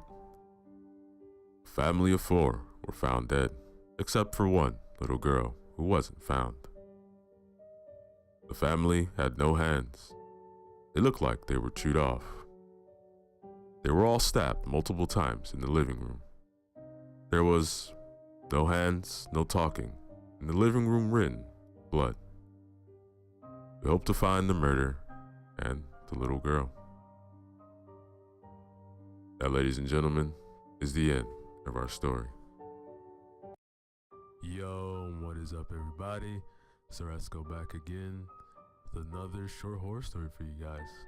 This one is titled Christmas Death Bell Rock, written by Holly Mork 16. Remember to use the links in the description below. Show love to them. Like, comment, and subscribe. December 24th, 1998, New York City. Music blasted, people dancing, people drinking, and people enjoying themselves, all celebrating the great event of Christmas, and later, a Happy New Year's. As people danced and celebrated the great party, the temperature became chilled and cool, and suddenly it went black and dark. Nothing was lit. Suddenly, projections started getting displayed on the walls of the building. A person popped up. They started talking about how they invited these people, and they were chosen, not by luck. All the costumes that they were wearing were given out when they arrived. A couple of minutes went by, and everyone was stuck to the walls. No one was staring. Suddenly, a countdown from 30 seconds began. All doors are locked, and it's about to get very messy and melty for everyone, especially the snowman. The person behind the screen declared, and it reached one, but nothing happened. All silent, and nothing happened at all. People just looked around and saw nothing happening. Suddenly, a woman screamed, "Oh my God, my face, it's burning." Ah! She fell on the floor. Red liquid poured from her mask. A man rushed over, pulled the mask off her face, and it was just burnt, half melted away. Skin was in like a melty chocolate state. It all started pouring out onto the floor. Everyone in snowman costumes ripped off their masks, but no one could. Yes, you saw one of the consequences. How about you all get the same fate? Then they all started falling. Everyone in snowman costumes started to fall, spilling blood from the masks. Everything that was white turned a dark red. So, my elves, first job, clean all these bodies off right now. If any of you try to escape or run, well, you have seen what can happen, but there's even worse. They all rushed, picking up their dead friends' lifeless bodies, dripping out blood each lift. People throwing up, it built up in their masks, and they couldn't even release it. This causing people to build up and build up sick inside of them. One elf dropped to the floor. The mask released, and tons of volume of sick rushed out, mixed with blood. All the elves kept running around after all was clean, and the stranger just laughed and laughed. Merry fucking Christmas. Hopefully you enjoyed the Christmas Death Bell Rock. Ho, ho, ho, ho, ho. And that, ladies and gentlemen, is the end of our story.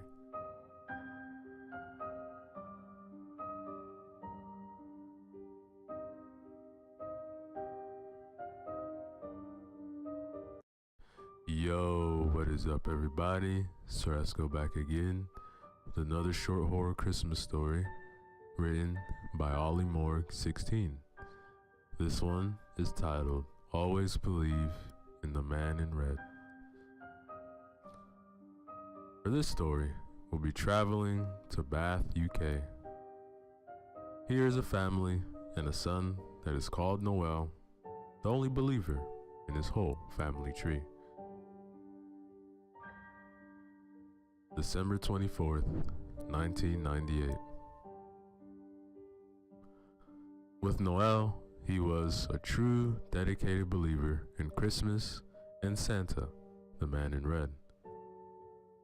Compared to the rest of his family, they all hated the idea of Christmas and especially Santa. They disposed the whole idea in their house and really hated Noel for even liking Christmas in the slightest bit.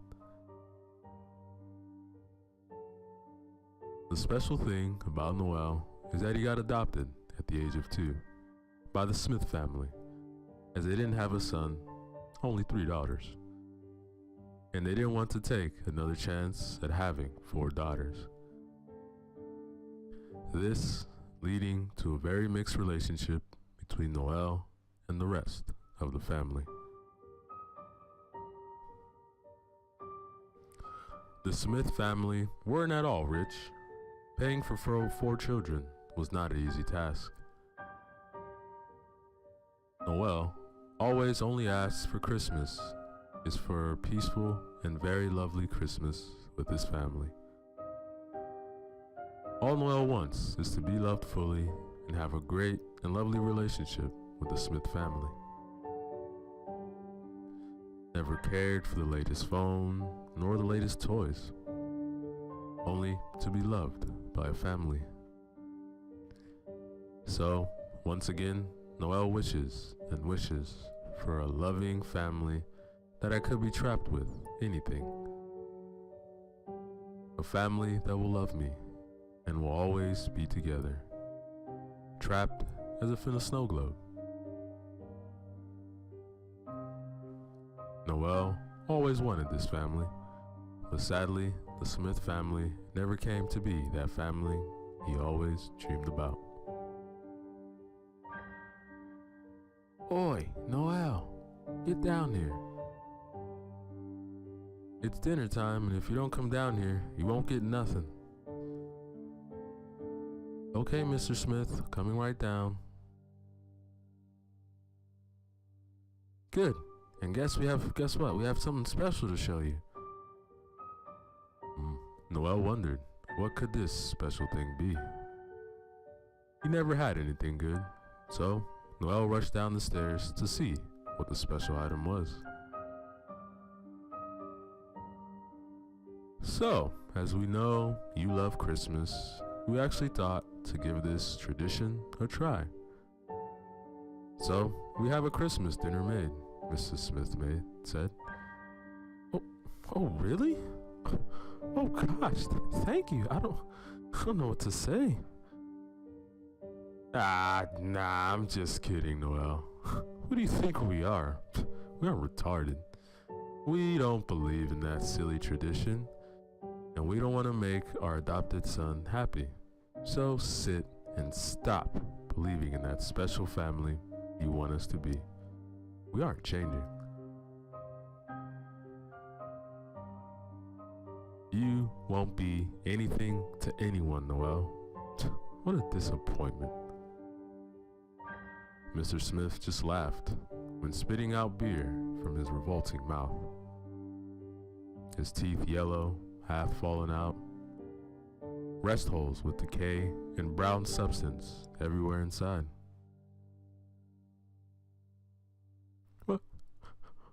Why are you all...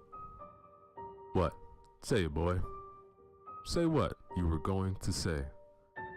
What happened? You don't have any balls? You're all mean. And as I heard you say to the neighbor, you're all dickheads. Mr. Smith stared right into Noel's eyes, looked at Mrs. Smith. She nodded her head. Mr. Smith stood up, unclipped his belt, and headed towards Noel. Come here now. If you run, it will be worse.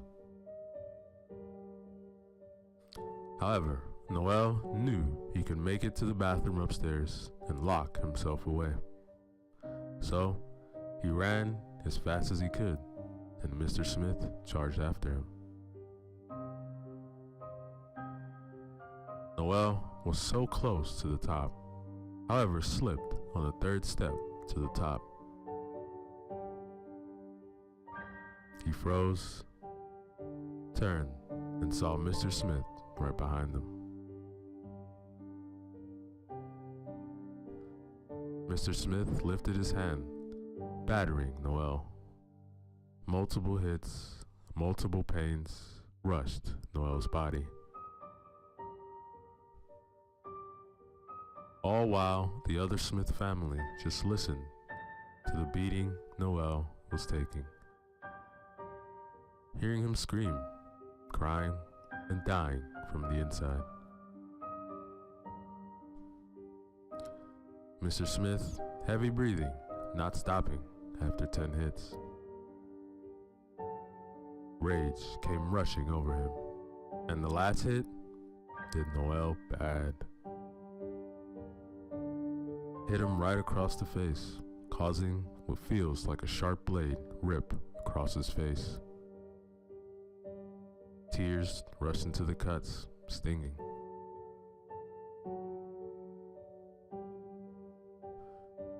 Don't you ever call my family dickheads. If you don't like us, leave. I don't know why we wanted a son, especially one like you. Noel, stunned by the event his body took, hearing all the Smith family laughing and cheering that Noel isn't with them, Noel rushed into his room and wished. I wish the Smith family will leave me alone. I wish I was alone. I want them to die. But, Santa, you aren't real, as anything I wish for doesn't come true. I don't believe. I don't believe, I don't believe, I don't believe. Far, far away, Noel's words rushed into his ears. Their eyes widened, heavy breathing. Friends, we have a non-believer. Time for fun. Laughter filled the darkness of the voices in the room. Laughter just filled and filled. Bells rang, springs twisted. Flight to Bath, UK has begun. In Bath, Noel was looking at the scars, cuts, and bruises that infected his body as if a virus. One big cut on his left side of his body, near the ribs, was deep, and blood flowed out, mixing into his t-shirt. Noel just went to bed to get the day finished and to try and think of anything but Christmas or the family he always wanted. Noel fell asleep around 1859.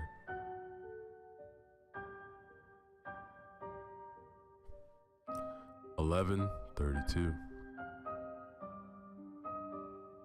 Noel's eyes opened in milliseconds as his face pointed towards the ceiling from the loud bang.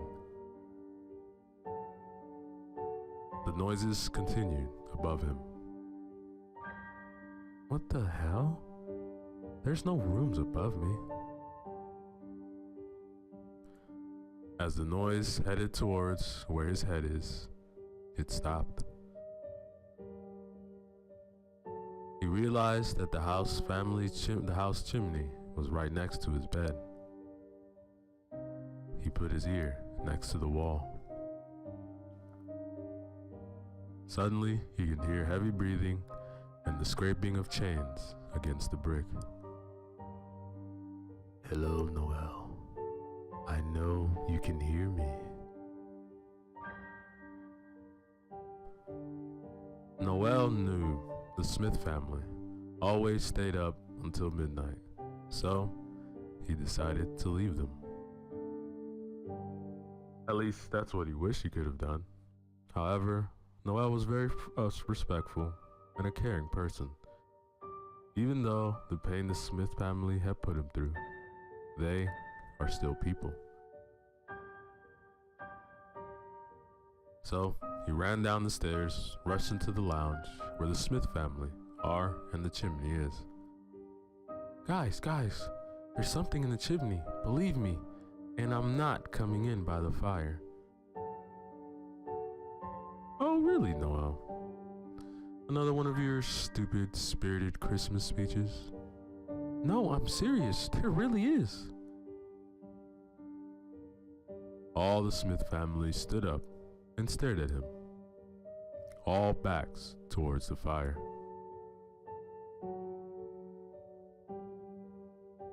With no one noticing, the flame died down. The flames decreased to nothing. And then chains started to lower, hooves climbing down. Noel then looked past the family, eyes widened as if almost popping out. Look! Mr. Smith turned around.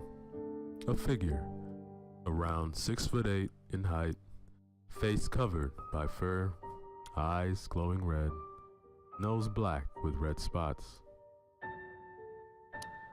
The mouth half open, its blue-colored tongue hanging out. The clothes, as if really old and ripped up, looked like a Santa outfit, almost revealing more fur, and its legs were covered by third-degree burns. All the Fifth Smith family shouted. The figure reached into its pocket, revealing a candy cane. Is that it? Mr. Smith asked. Right then and there, the figure stabbed right in the middle of his face, blood splattering out. The floor became a murder house. He turned to the family, blood steaming out of his head. He fell to the floor, and the sound of the candy cane digging deeper into his face. The figure then turned Mr. Smith around, ripped the candy cane right out of his head, and all you could see was blood spouting and brain tissue everywhere. The figure just stood, laughing at him. Then it pointed to Miss Smith. Her movement was taking steps back. Ah! Suddenly, a spider fell right onto her head. But the mouth was weird, it just kept opening. But it bit right on her head, causing such a deafening scream, and Mrs. Smith tried to remove the spider from her head, but had no success at all. But as she did remove the spider from her head, her hair came right out of its roots, blood pouring out of her head, rolling down the sides of her face, her eyes crying blood. The spider eating away her hair, which revealed to have some skin attached to it. Miss Smith tried to touch the back of her head, and a massive cut out of her skin ripped off. She fell right into Mr. The rest of the family, all girls, were chased into the kitchen, surrounded by gingerbread men. Molly slipped and landed on her head, causing her to be knocked out. As for the other two, one was tied up, getting lifted into the oven, which was set to max temperature. Her skin began to melt, started bubbling and turning black. Eventually, her skin was ripped and torn by the heat, destroying the cells. The second sister, surrounded by gingerbread men, had her back against a wall. She then tried to jump over them, which she did make. However, she slipped when she landed and split her head on the side of the kitchen worktop, causing her head and spine bone to get completely twisted. Immediate death. Molly, though, had a much worse death. She woke up, tied up, lifted her head, and saw gingerbread on top of her. And these guys were like 20 inches. She could feel them touching her. A couple of them grabbed the shorts she was wearing and started to pull them to her knees, then headed towards her privates. Ripped her pants, started forcing their way up, causing splits, blood forming. Molly was screaming of pain. There were around 5 of them, all climbing into oblivion. Her face was trying to fight them back, but couldn't. All of them made it into her. Her chest started to pop up and down, screaming at the top of her lungs, "They are!" And suddenly, the gingerbread ripped straight through her chest, her lungs, but you can still see her heart beating, and all the blood came rushing out. The revolt of the scene was as if World War III was in one room. Then all 5 gingerbread men reappeared, covered in guts and blood, laughing in horrific ways. "Guess your cherry got popped," one of the gingerbread men shouted. And then the house fell silent.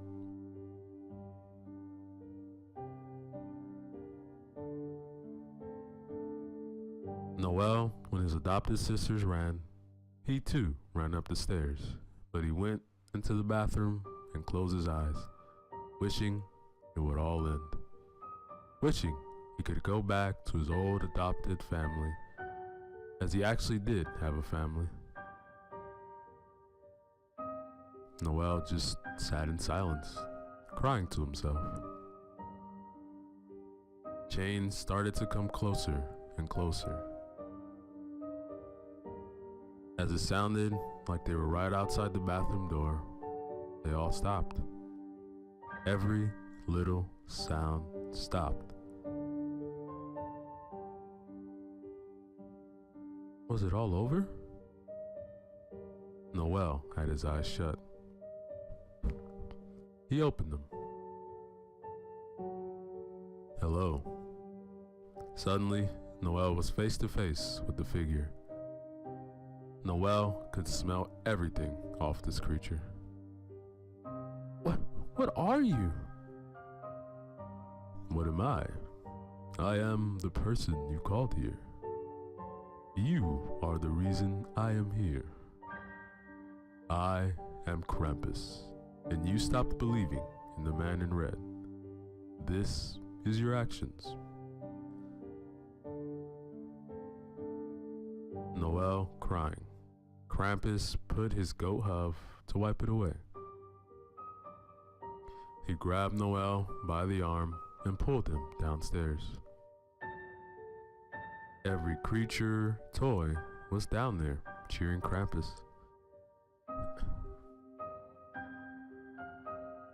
Krampus threw Noel in the chimney, waved goodbye, and walked to a table, lit a match, and the gingerbread had cooking oil, and poured it right over Noel. Krampus throwing the match, landing right on Noel's nap, Noel rushed out, running around, screaming for help. He tripped over Mr. Smith's body. Krampus lifted him up again and threw him on the chimney again. Noel then rushed up the chimney, launching into the sky. He saw his whole city. He started to rush straight towards the earth as he realized gravity was starting to grow. Noel then hit the ground. Whoa! Noel then woke up in a very nice bed and a clean room.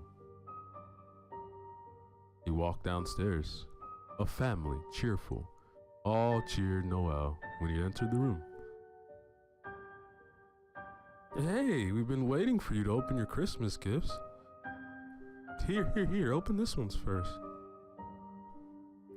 As this is to claim to be the first one to be opened. Noel then stared at Mr. Smith. He was happy. So, Noel opened the gift. It was a bit of cloth, red and old. Noel turned the piece of cloth over, and it had a big K on it. His face dropped. Then he suddenly heard a tapping noise outside the house. Noel then rushed outside, and right there in front of him, Krampus was looking right at them. But he was massive compared to them, a giant. He lifted them up and put them right next to a piece of paper saying, Noel Smith, wish, loving family that I could be trapped in anything with. A family that will love me and will always be together, trapped as if in a snow globe. Noel saw and understood what has happened. He got his die-hard wish. He has everything he wished for.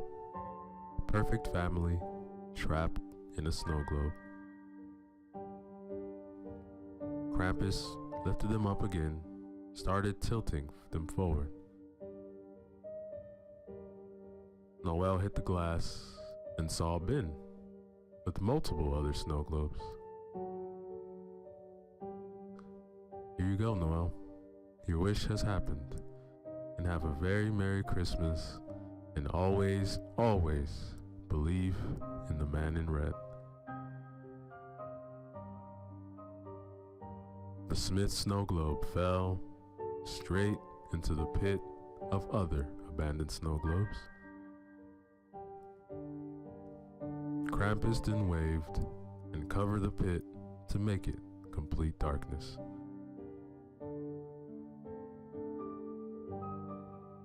Noel then woke up, sweating. He looked outside and everything was there. No snow globe, nothing. He went downstairs and the Smith family, all unhappy and not believing in Christmas. Was it all a dream? Mr. Smith then asked Noel, "What do you want for breakfast, kiddo?" I'm not that hungry, but thank you. Noel actually felt happy. Not perfect, but actually happy. He looked around, and the family did start looking happy as well. He could finally get the happy, unhappy family he always wanted. Suddenly, it fell silent, and snow started to fall. He heard the tapping again, and the voice said, "Hello, Noel." And that, ladies and gentlemen, is the end of our story.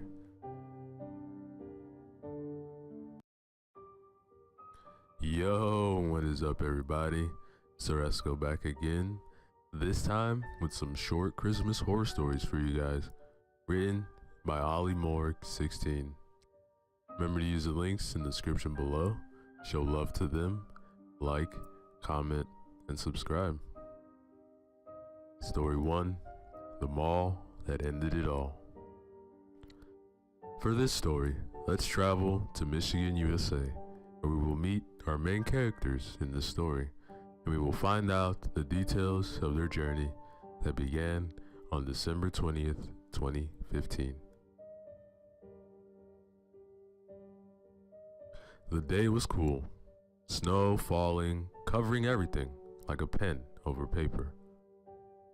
It was all white, no color, a monochrome of man-raised images. Chris and Jamie have been up for an hour, waiting for the time to go head off straight to the closest mall for a late Christmas shop. With Jamie, she loves Christmas, and every year when the year turns to December the 1st, the decorations and music all pop out and begin the countdown to the 25th of December. While Chris does like Christmas, but not as much or excited compared to Jamie, he loves Jamie's emotions and feelings about Christmas. He's beginning to love Christmas almost as much as her. The mall that they want to go to opens at 10 a.m. and it's called Briarwood Mall. As it is the best and the biggest they could shop at, plus it is the closest towards them. The time is 9:45. Hey, let's head off now, as we could be the first ones in the front line. Chris and Jamie headed off to the adventure to the mall. After many minutes, nearly hours in the mall, Jamie noticed a line leading to something. So she led Chris with her to see what the line was leading to. Jamie, like a child literally on Christmas, was so excited. It was a man dressed up as Santa. Oh, Chris, I need to have a photo with him. Okay, but I think it's a little bit creepy that a man is dressed up as Santa. They were only a couple spots away from Jamie's photo with Santa, when Chris noticed that the Santa guy was fully constrained on something. So Chris followed where his eyes were leading to. The guy was looking at his girlfriend, Jamie.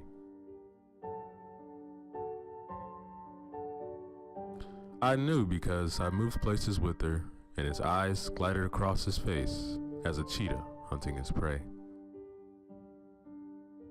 I even moved in front of her. When we locked eyes, his face turned from almost pleasurable face to pure rage and anger. Chris blinked uncontrollably, but the Santa never did. Only made full eye contact. Hey, Chris, move out of the way. Santa's waiting for me, Jamie said, as Chris didn't notice that all that time, the people in front had their turns already.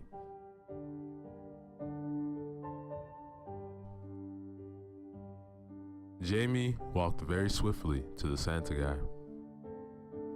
His face glowed each step she took towards him. Santa's smile widened, showing gross and greenish teeth that is almost supernatural-like.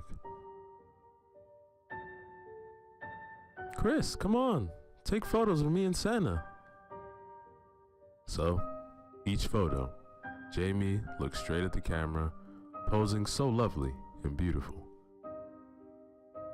But Santa noticed, and Chris noticed, that Santa was never looking at the camera, but only at her. His nose moved up and down, producing a sniffing noise that somehow Jamie didn't notice at all. Alright, I think that's enough photos with Santa, Jamie, don't you think? No, leave baby Jamie, Santa said. Pardon? How dare you call my girlfriend like that? Who do you think you are? You don't call people baby girl, especially when you aren't dating them. Like, plus, man, you work with kids, dude. I'm so sorry, mister. It's just, Jamie is so perfect and beautiful. She will be mine. Get away from her. I said get away from her now. Too late. She's already mine. Tonight at 11 p.m. She won't be yours anymore, Chris. Say goodbye. No, get away from her. Chris grabbed Jamie by her hand, pulled her away from Santa, and Jamie reacted saying, Chris, what the hell are you doing? You didn't take the last photo. What's wrong with you? Look, the Santa just told me everything about taking you away from me. What are you talking about? The Santa guy was just telling you that you were lucky to have me. And that's when you just stood looking at him, almost having a daydream. Chris was reviewing everything that just happened. By then, the next person was having photos with the Santa guy. But still, he was watching Jamie, not even the kid having the photo with him. See you later, you good girl.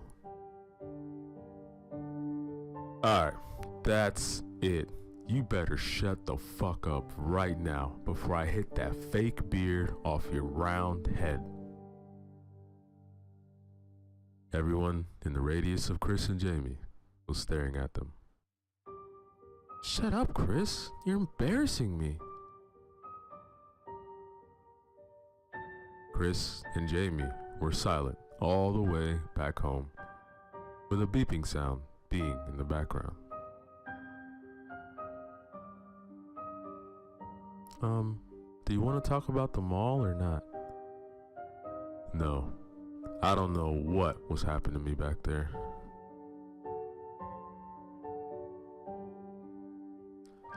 Hours passed.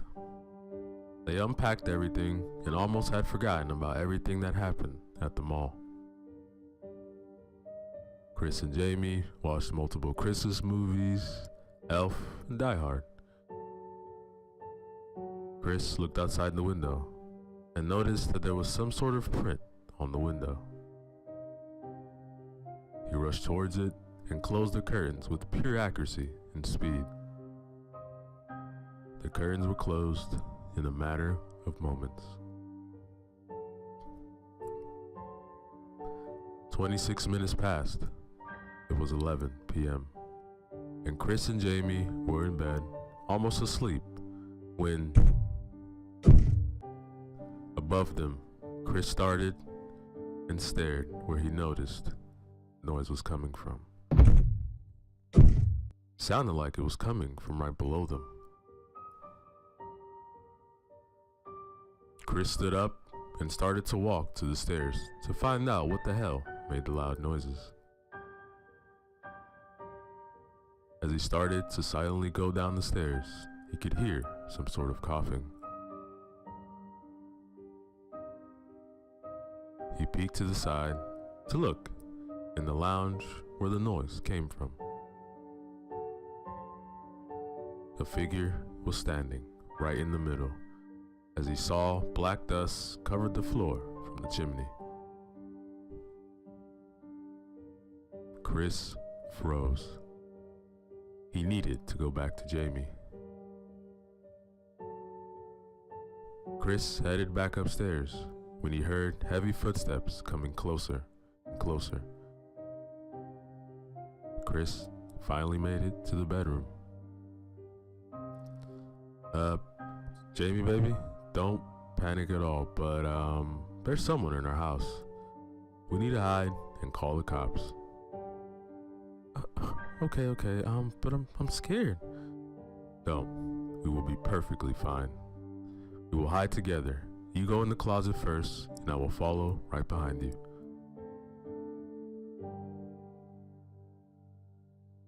Jamie comfortable, and now she started to calm down with every breath. She turned the face to the closet door where Chris was standing.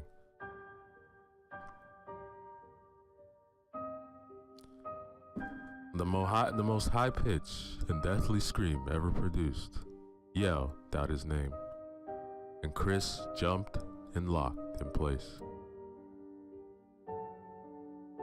He tried to twist as fast as he could, but he was face to face with the 6'2" man, eyes bloodshot, fully widened, heavy breathing, with anger raised inside of him. Mouth converted into a deadly angered movement. In his hand, a wooden bat that had red marks covered in the end. As Chris just noticed, he fell to the floor, creating a boom of sound of an earthquake. Black covered his eyes. Chris woke up seconds later, eyes bobbing up and down. A killer pain on the right side of his head. As he lifted it, he felt wetness. As he put his hand where it was moist, he looked at his covered, bloodied hand. Blood rushed down as he raised his hand, his fingernails invisible by the dark, dripping blood liquid. Chris felt sick rushing up his throat, adding to his fully covered dark red hand. The blood and sick made an extra thick substance that was unbearable to stare or even smell. As the rotting of the sick and blood rushed to cover the wooden boards, "Chris, help! Please, help!" As Chris stood up, a sudden blood rush came over him, making nearly fall back into the pool of thick blood and sick. Eventually, Chris got his vision back and rushed downstairs. Nearly falling down the steps, every second he was wondering what is happening to Jamie. He made it to the lounge where the chimney is, and horror as the dim lights from outside were trying to go through the curtains. "Help! Chris, fucking help! Turn a light on!" Chris rushed and turned the light on. He stood staring at Jamie getting lifted up the chimney. Half her body is up the chimney, tar falling with every lift the man did. Jamie, blood all over her face, eyes full of tears, and bruises covering her skin.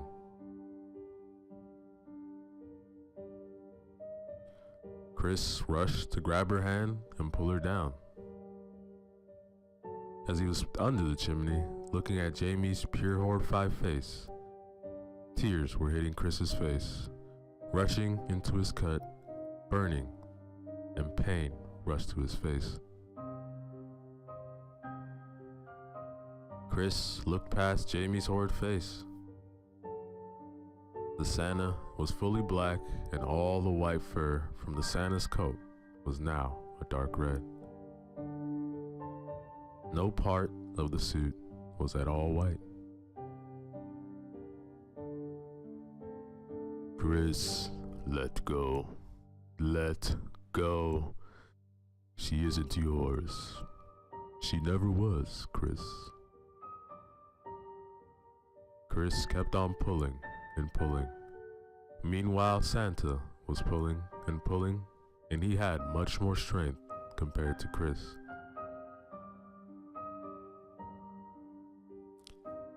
"Let go of me. My arm's going to get..." And Chris felt that Jamie's arm seemed to get much weaker.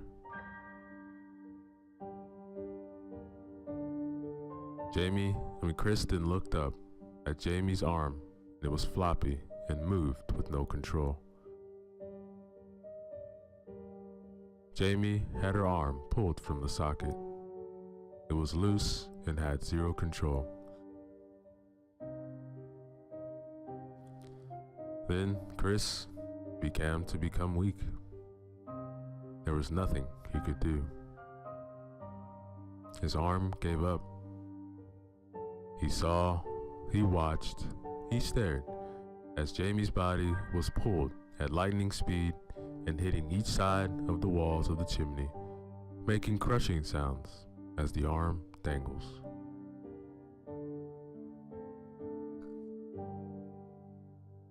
They reached the very top. It was silent. Chris just kept staring straight up. All he could see was the Santa and his glowing red eyes looking straight down, and waved with the biggest grin spread across his face. Chris, go outside and say goodbye, Chris. Chris rushed to the door, went into the freezing snow atmosphere, and went as far as he was able to see to the top of the roof, where he was able to see the outlines of Jamie and the horrific Santa. Jamie forced to couple hands with him. He said, "So, Chris, this is it. Your last time to be able to see my girl ever again. And never again. Will you make me not see these eyes never again? Will you stand in my way? I will be able to keep these eyes with me. The good girl is always with me." Chris saw the Santa reach into his pocket. A knife emerged from within his pocket. "These eyes will be mine, so will she. Do you hear me, Chris?" As the Santa finished that sentence, with full force, shoved the knife into Jamie's left eye. Blood spilled out, spitting in the shadows. Jamie just fell on the floor screaming, but the Santa just sang, "Stand up, let me carve your beautiful eyes." The Santa forced Jamie back up, holding her face up. But nothing happened. Once again, it fell silent.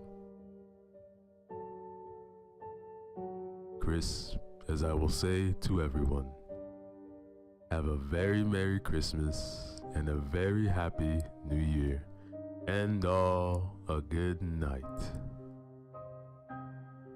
By his final words, Chris stared, and they disappeared in a matter of moments.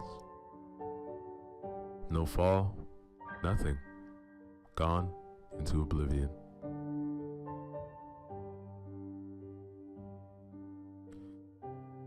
Chris turned the music off and opened the box. To his pure shock, it was a blood-covered, pulsating eye. Staring right into his own, the inside of the box filled and splattered with thick, red, dark blood. The revolting eye moved side to side in the box, as if moved to banked. It was horrifying. Absolutely carnage. And then the radio flicked back on. Up next, the greatest pop song for Christmas. Christmas Through Your Eyes. Chris's eyes widened, just listening as the song played in his ears. Wind tickled his neck. Chris, thank you. She is such a good girl." And that, ladies and gentlemen, is the end of our story.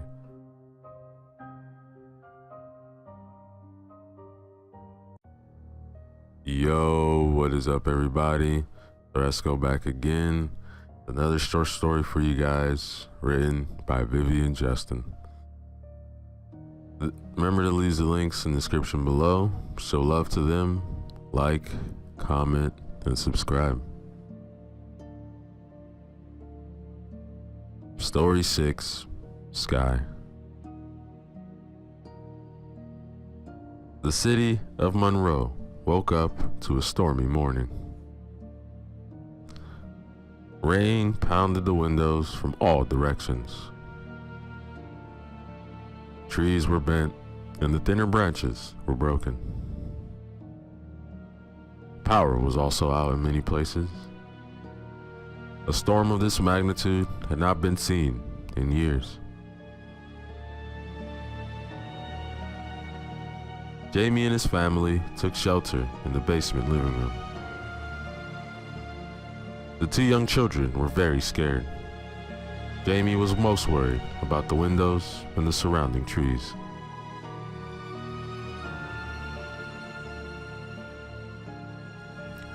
The fierce winds had stopped and the rain had stopped, so Jamie and his family went upstairs in peace.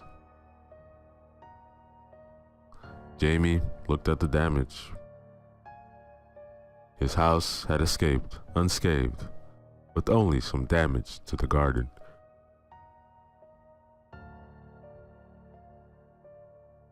Jamie stood on the porch. He was amazed at the sky. It was a blood red. Passers-by watched in horror as the raindrops, now red, fell on the road.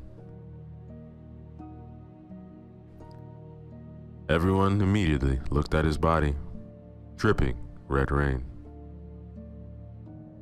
The sky was getting gloomier.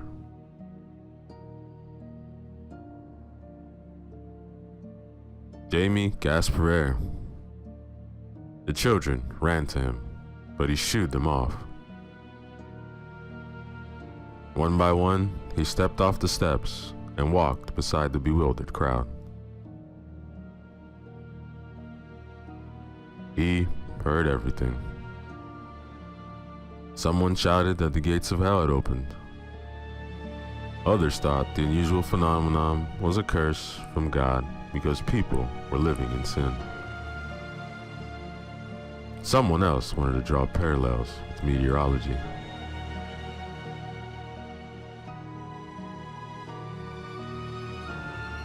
The man looked at the blood-colored rain that had gathered in the palm of his hand and was slowly overflowing. He clenched his fists and stared at the rain dripping down his hands, as if it wasn't real.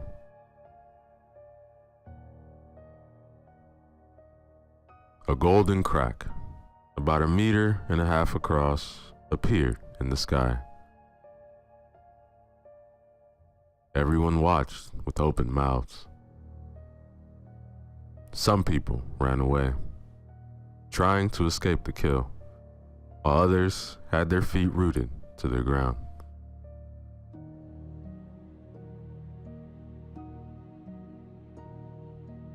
The crack widened, and 4 riders stepped through. The horsemen were covered in a black shroud. Their horses were skeleton. They descended to the ground, and from there, the men fled in a frenzy. One of the horsemen drew a long, sharp sword from under his cloak and made a very eerie sound.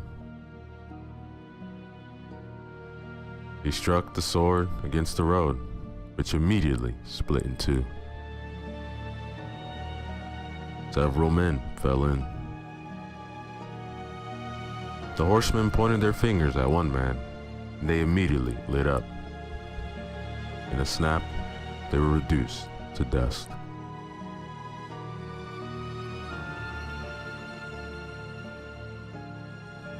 Jamie rushed into the house, and with 2 children in his arms, hurried down the cellar.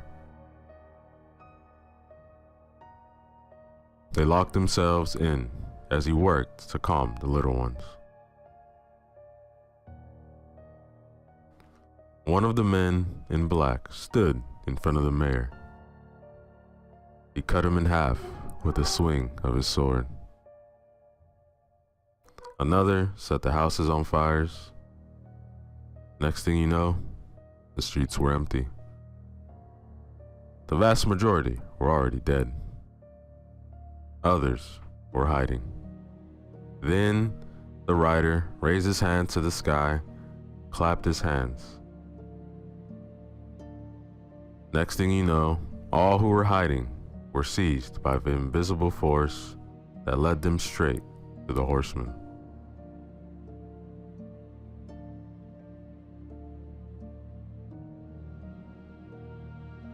Jamie and the children cried. The force separated them. The bloody rain became more intense, more frequent.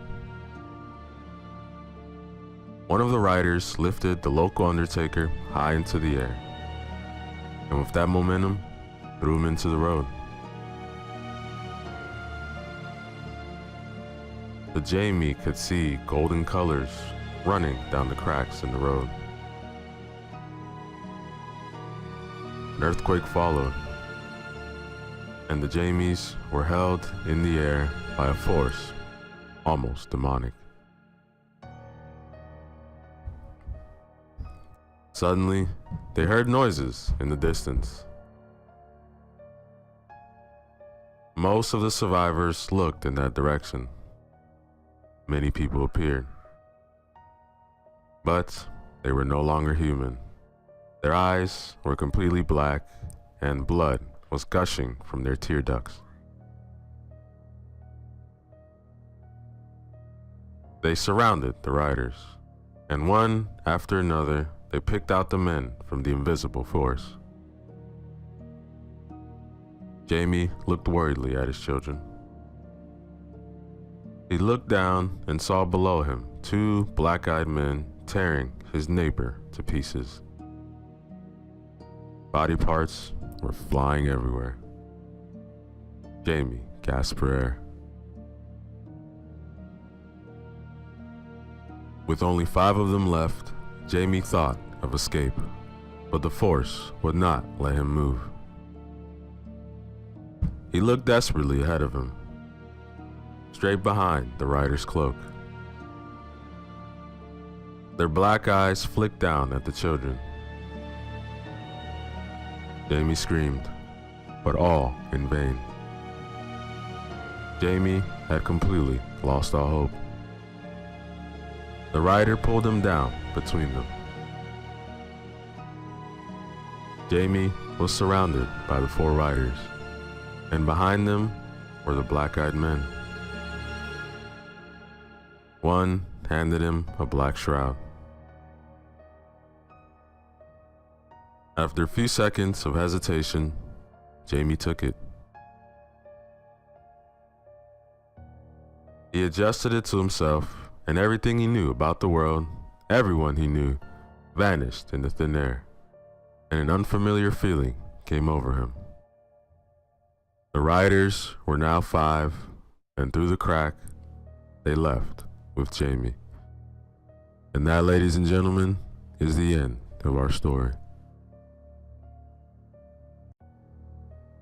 Yo, what is up, everybody? So let's go back again with another short horror story written by Vivian Justin.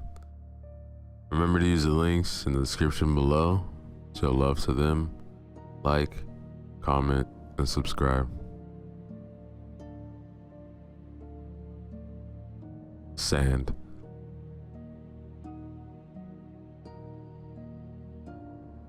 They had no idea where they were, but they must have turned off somewhere.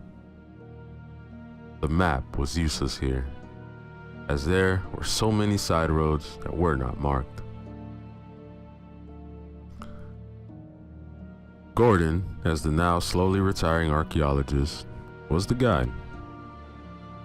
6 university students had volunteered to accompany him on this research in the hope for a better grade. They were cold to what Gordon was explaining, just blindly following the man who also didn't know where they were going at the moment. The catacombs of the abandoned church were chilling.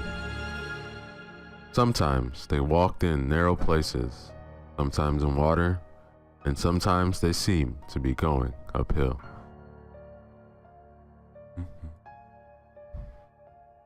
The students really enjoyed it. It was like a horror movie for them. They were jumping on each other.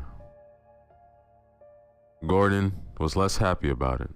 He was terribly worried.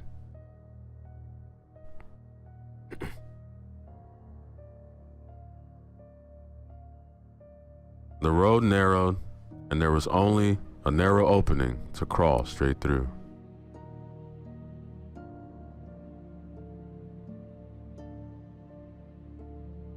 One by one, Gordon and the students crept through the passage. But Barry, the slightly stocky student, was stuck. Panic overwhelmed him. He screamed at the top of his lungs as the passage scrambled. Gordon urged him to calm down, but Barry didn't hear him. The stones shifted, began to crumble.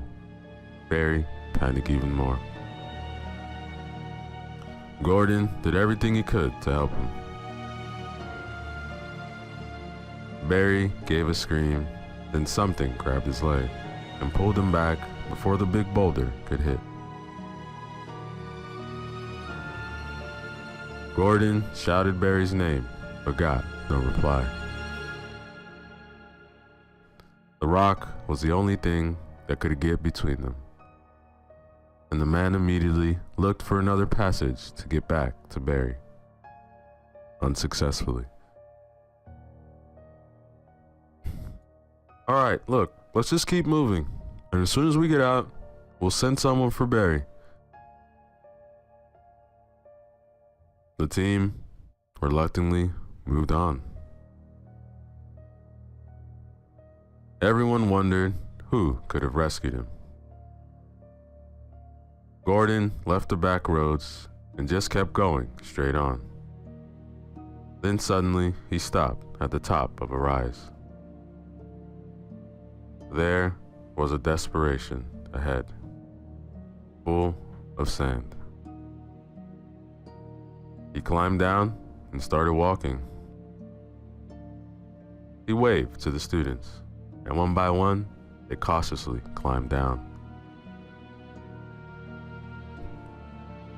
They were almost halfway down when Gordon stopped and looked at the depression. He reached for the map and pointed in one direction. Then Kate burst in a huge shout. Something had cut her ankle.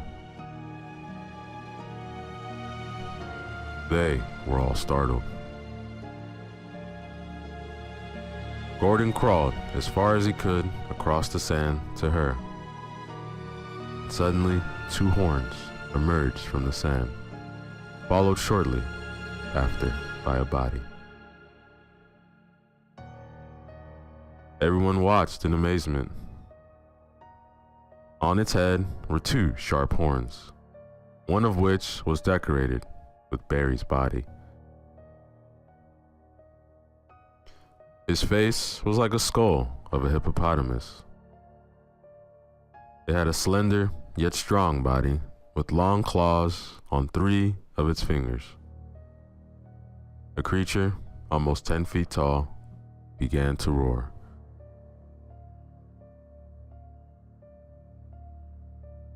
No one dared move. Gordon gasped for breath. He didn't know what to do. They could barely move in the sand. Suddenly, the creature's roar stopped, and with one finger, it pierced Kate's body completely.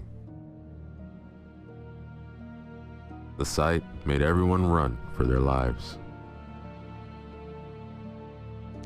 It lifted the body to its mouth and sucked all the blood out of its lifeless body where it had pierced it, and then simply threw it into the sand.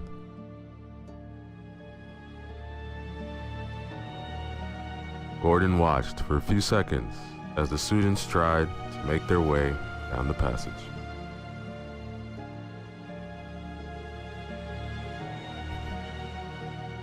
The monster lifted its feet out of the sand, and with that momentum, he stomped on one of the students under the sand. He lifted it up between its fingers and, finding it still alive, threw it hard against the wall. The wall shook and debris fell into the sand. By the time Gordon realized that only 3 of his students were still alive, the monster had picked Mike up again and bared his sharp teeth, mauled him to pieces. What a massacre, Gordon thought to himself. Honestly, he saw no chance of survival, but he relaxed a little when he saw that 2 students were already close to the corridor. He took his chance and worked to distract them. He was shouting and shouting, but the monster was still munching on Mike's body. Gordon climbed to the front of one of the passageways, trying to get his attention.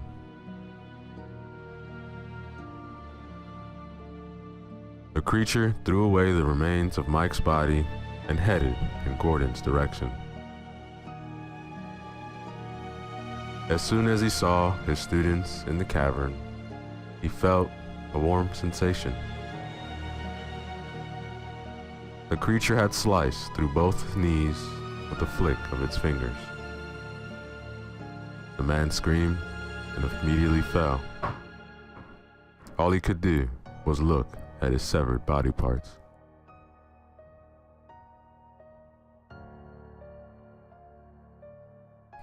After a few tears, the 2 students started walking straight. One stopped and took a deep breath. The only thing that would help them right now was Gordon and the map. Gordon was almost bleeding to death.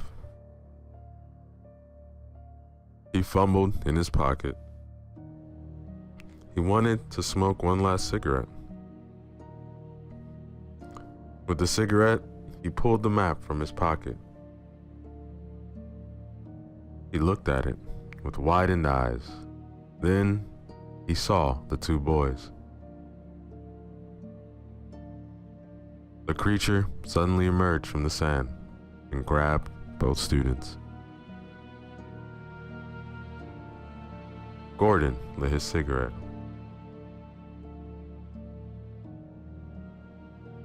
I'm only here for you. And lo and behold, you're real. He pointed in the direction of the monster. A delighted smile came over his face. Slowly, he took a drag on his cigarette. He watched as he tore the 2 bodies to pieces.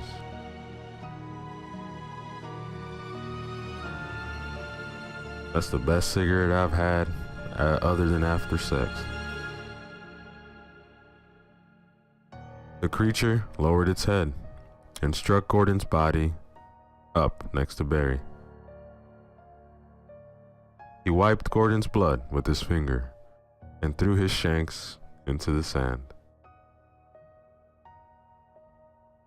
Finally, he too sank into the sand until his horns were completely covered. And see, it was real. That, ladies and gentlemen, is the end of our story. Yo, what is up, everybody? Let's go back again. Another short horror story for you guys, written by Vivian Justin. Remember to use the links in the description below. Show love to them. Like, comment, and subscribe. Story 3, Puppet.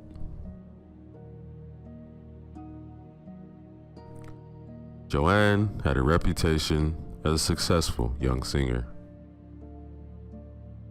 She launched one album after another, one concert after another. She had all the tools to become a world-famous artist. Her manager and her father did everything possible to ensure that her daughter made as much money as possible. He saw only money in her talent. He took full advantage of his daughter, who enjoyed the attention of her father regardless of everything.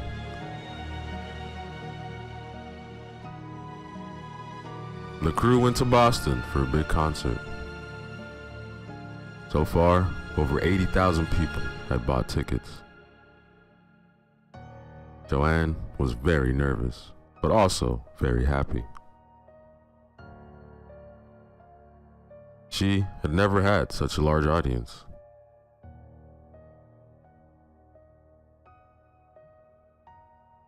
On the eve of the concert, the crew noticed that Joanne was acting strangely.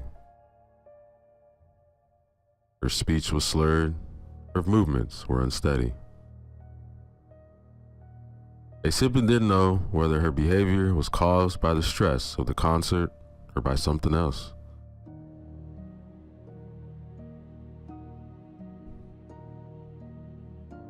Everyone had gone to bed when Greg heard a noise coming from behind his bedroom door. He slowly climbed out of bed and headed upstairs. He wiped his eyes and walked straight to the door. He opened it, but was greeted by emptiness. When he laid back down, the same noise filtered into the room. He pushed open the door and bumped into Joanne at the foot of the corridor walls. Greg carried her into the room and laid her on her bed. Joanne just stared at the ceiling with a shaky face. With half an ear, he could hear the man calling to him. But he simply could not answer. There was just no strength in him. It was as if he had been simply switched off.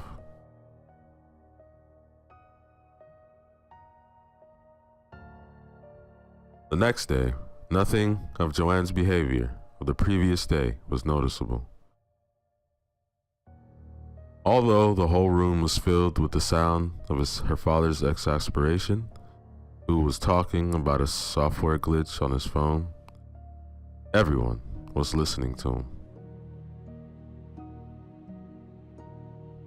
As the time approached, Joanne became more and more nervous. She was afraid that the concert would not go as planned.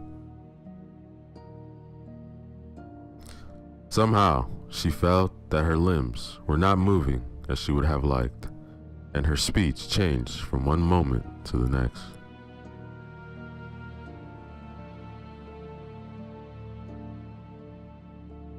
Joanne took the stage to find herself facing the stares of tens of thousands of people. She found it shocking.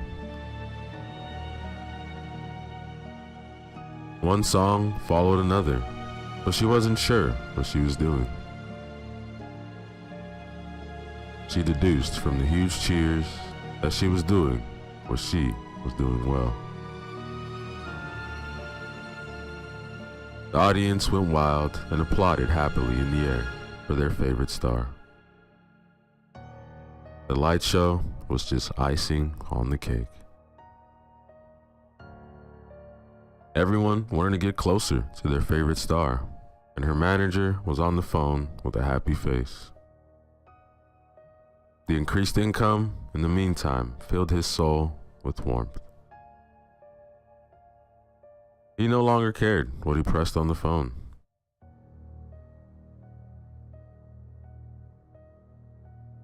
Joanne suddenly stumbled, but corrected the slip without attracting attention.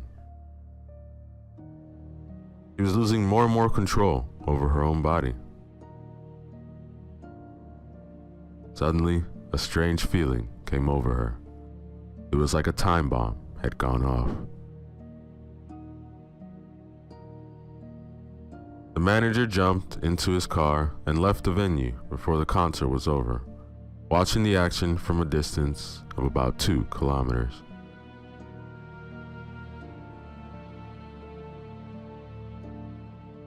The stadium was level with the ground. The whole thing exploded with all the fans, crews, and vendors. There was nothing left of it. The father dropped a tear, but quickly wiped it from his face. A smile came over his face. A few years ago, when Joanne was still fluttering her wings, she had a chip implanted. It was experimental, of course. She jumped at the idea. From then on, her father didn't let his daughter stray off course. He controlled her speech and her movements. The biggest hit of the Boston concert came when Greg told her she was talentless. Now, he's written himself into the history books for eternity. Now, the name of my talentless self will live on forever. He drove to the police building with a smile. He gave himself up without hesitation. He wanted his name and face to be everywhere. His plan has succeeded. His face appeared on every TV program with a smug smile. That, ladies and gentlemen, is the end of our story. Yo, what is up, everybody? So let's go back again with another horror story from you guys, written by Vivian Justin. Remember to use the links in the description below. Show love to them, like, comment, and subscribe. Story 2, Prom. The city's rich and famous are preparing for a dazzling prom. It was held in August every year. About 17 couples from the rich and 10 from the poorer classes attended. From their wardrobes, they took out their most elegant attire. The rest of the town always watched enviously as the well-dressed couples paraded through the streets. The poorer of the 10 couples were transported by limousine to the ball. Every single guest was eagerly awaiting the event. The rich guests were always a constant. The poor changed from year to year.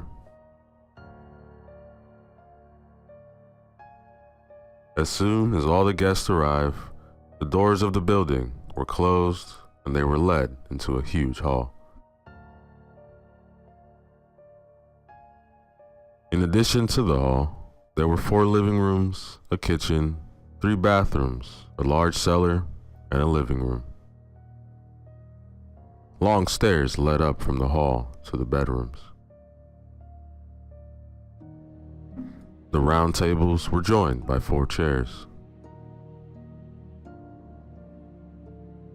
They sat around it, and as soon as the last guest was seated, a horde of waiters appeared with plates in their hands. The four-course feast was eye-catching in appearance, but it was a taste that took the cake. At the end of the meal, the waiters collected the plates. Soft music played in the background, and the lights dimmed. At the top of the stairs was a very handsome man in a mask, holding a microphone.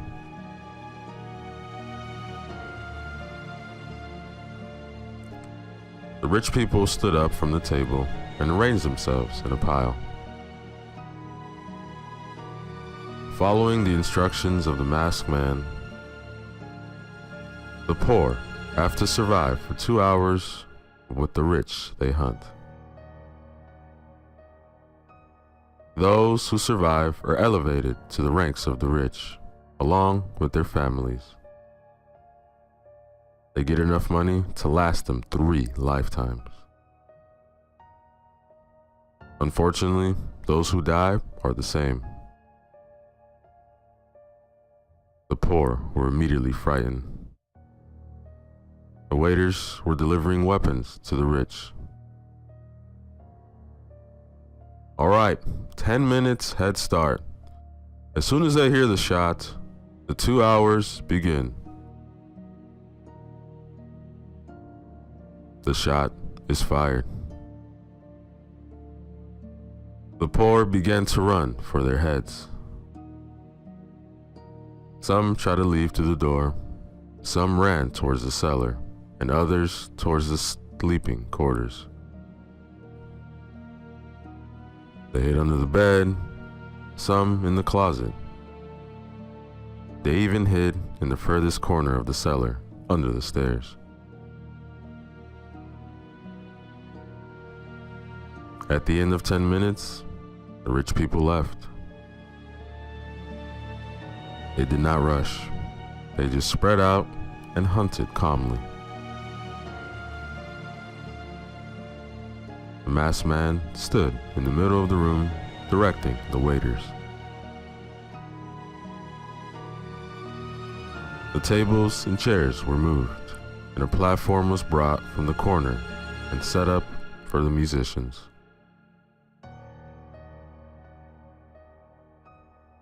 They brought the instruments, which consisted of a guitar, a synthesizer, and a violin.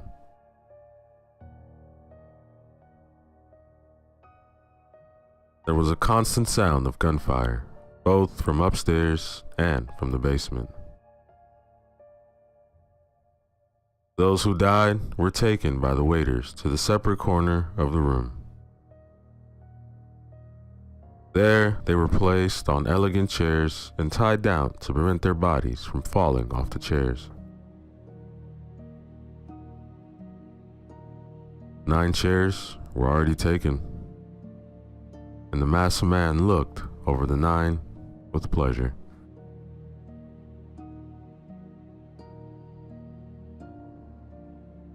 Over again.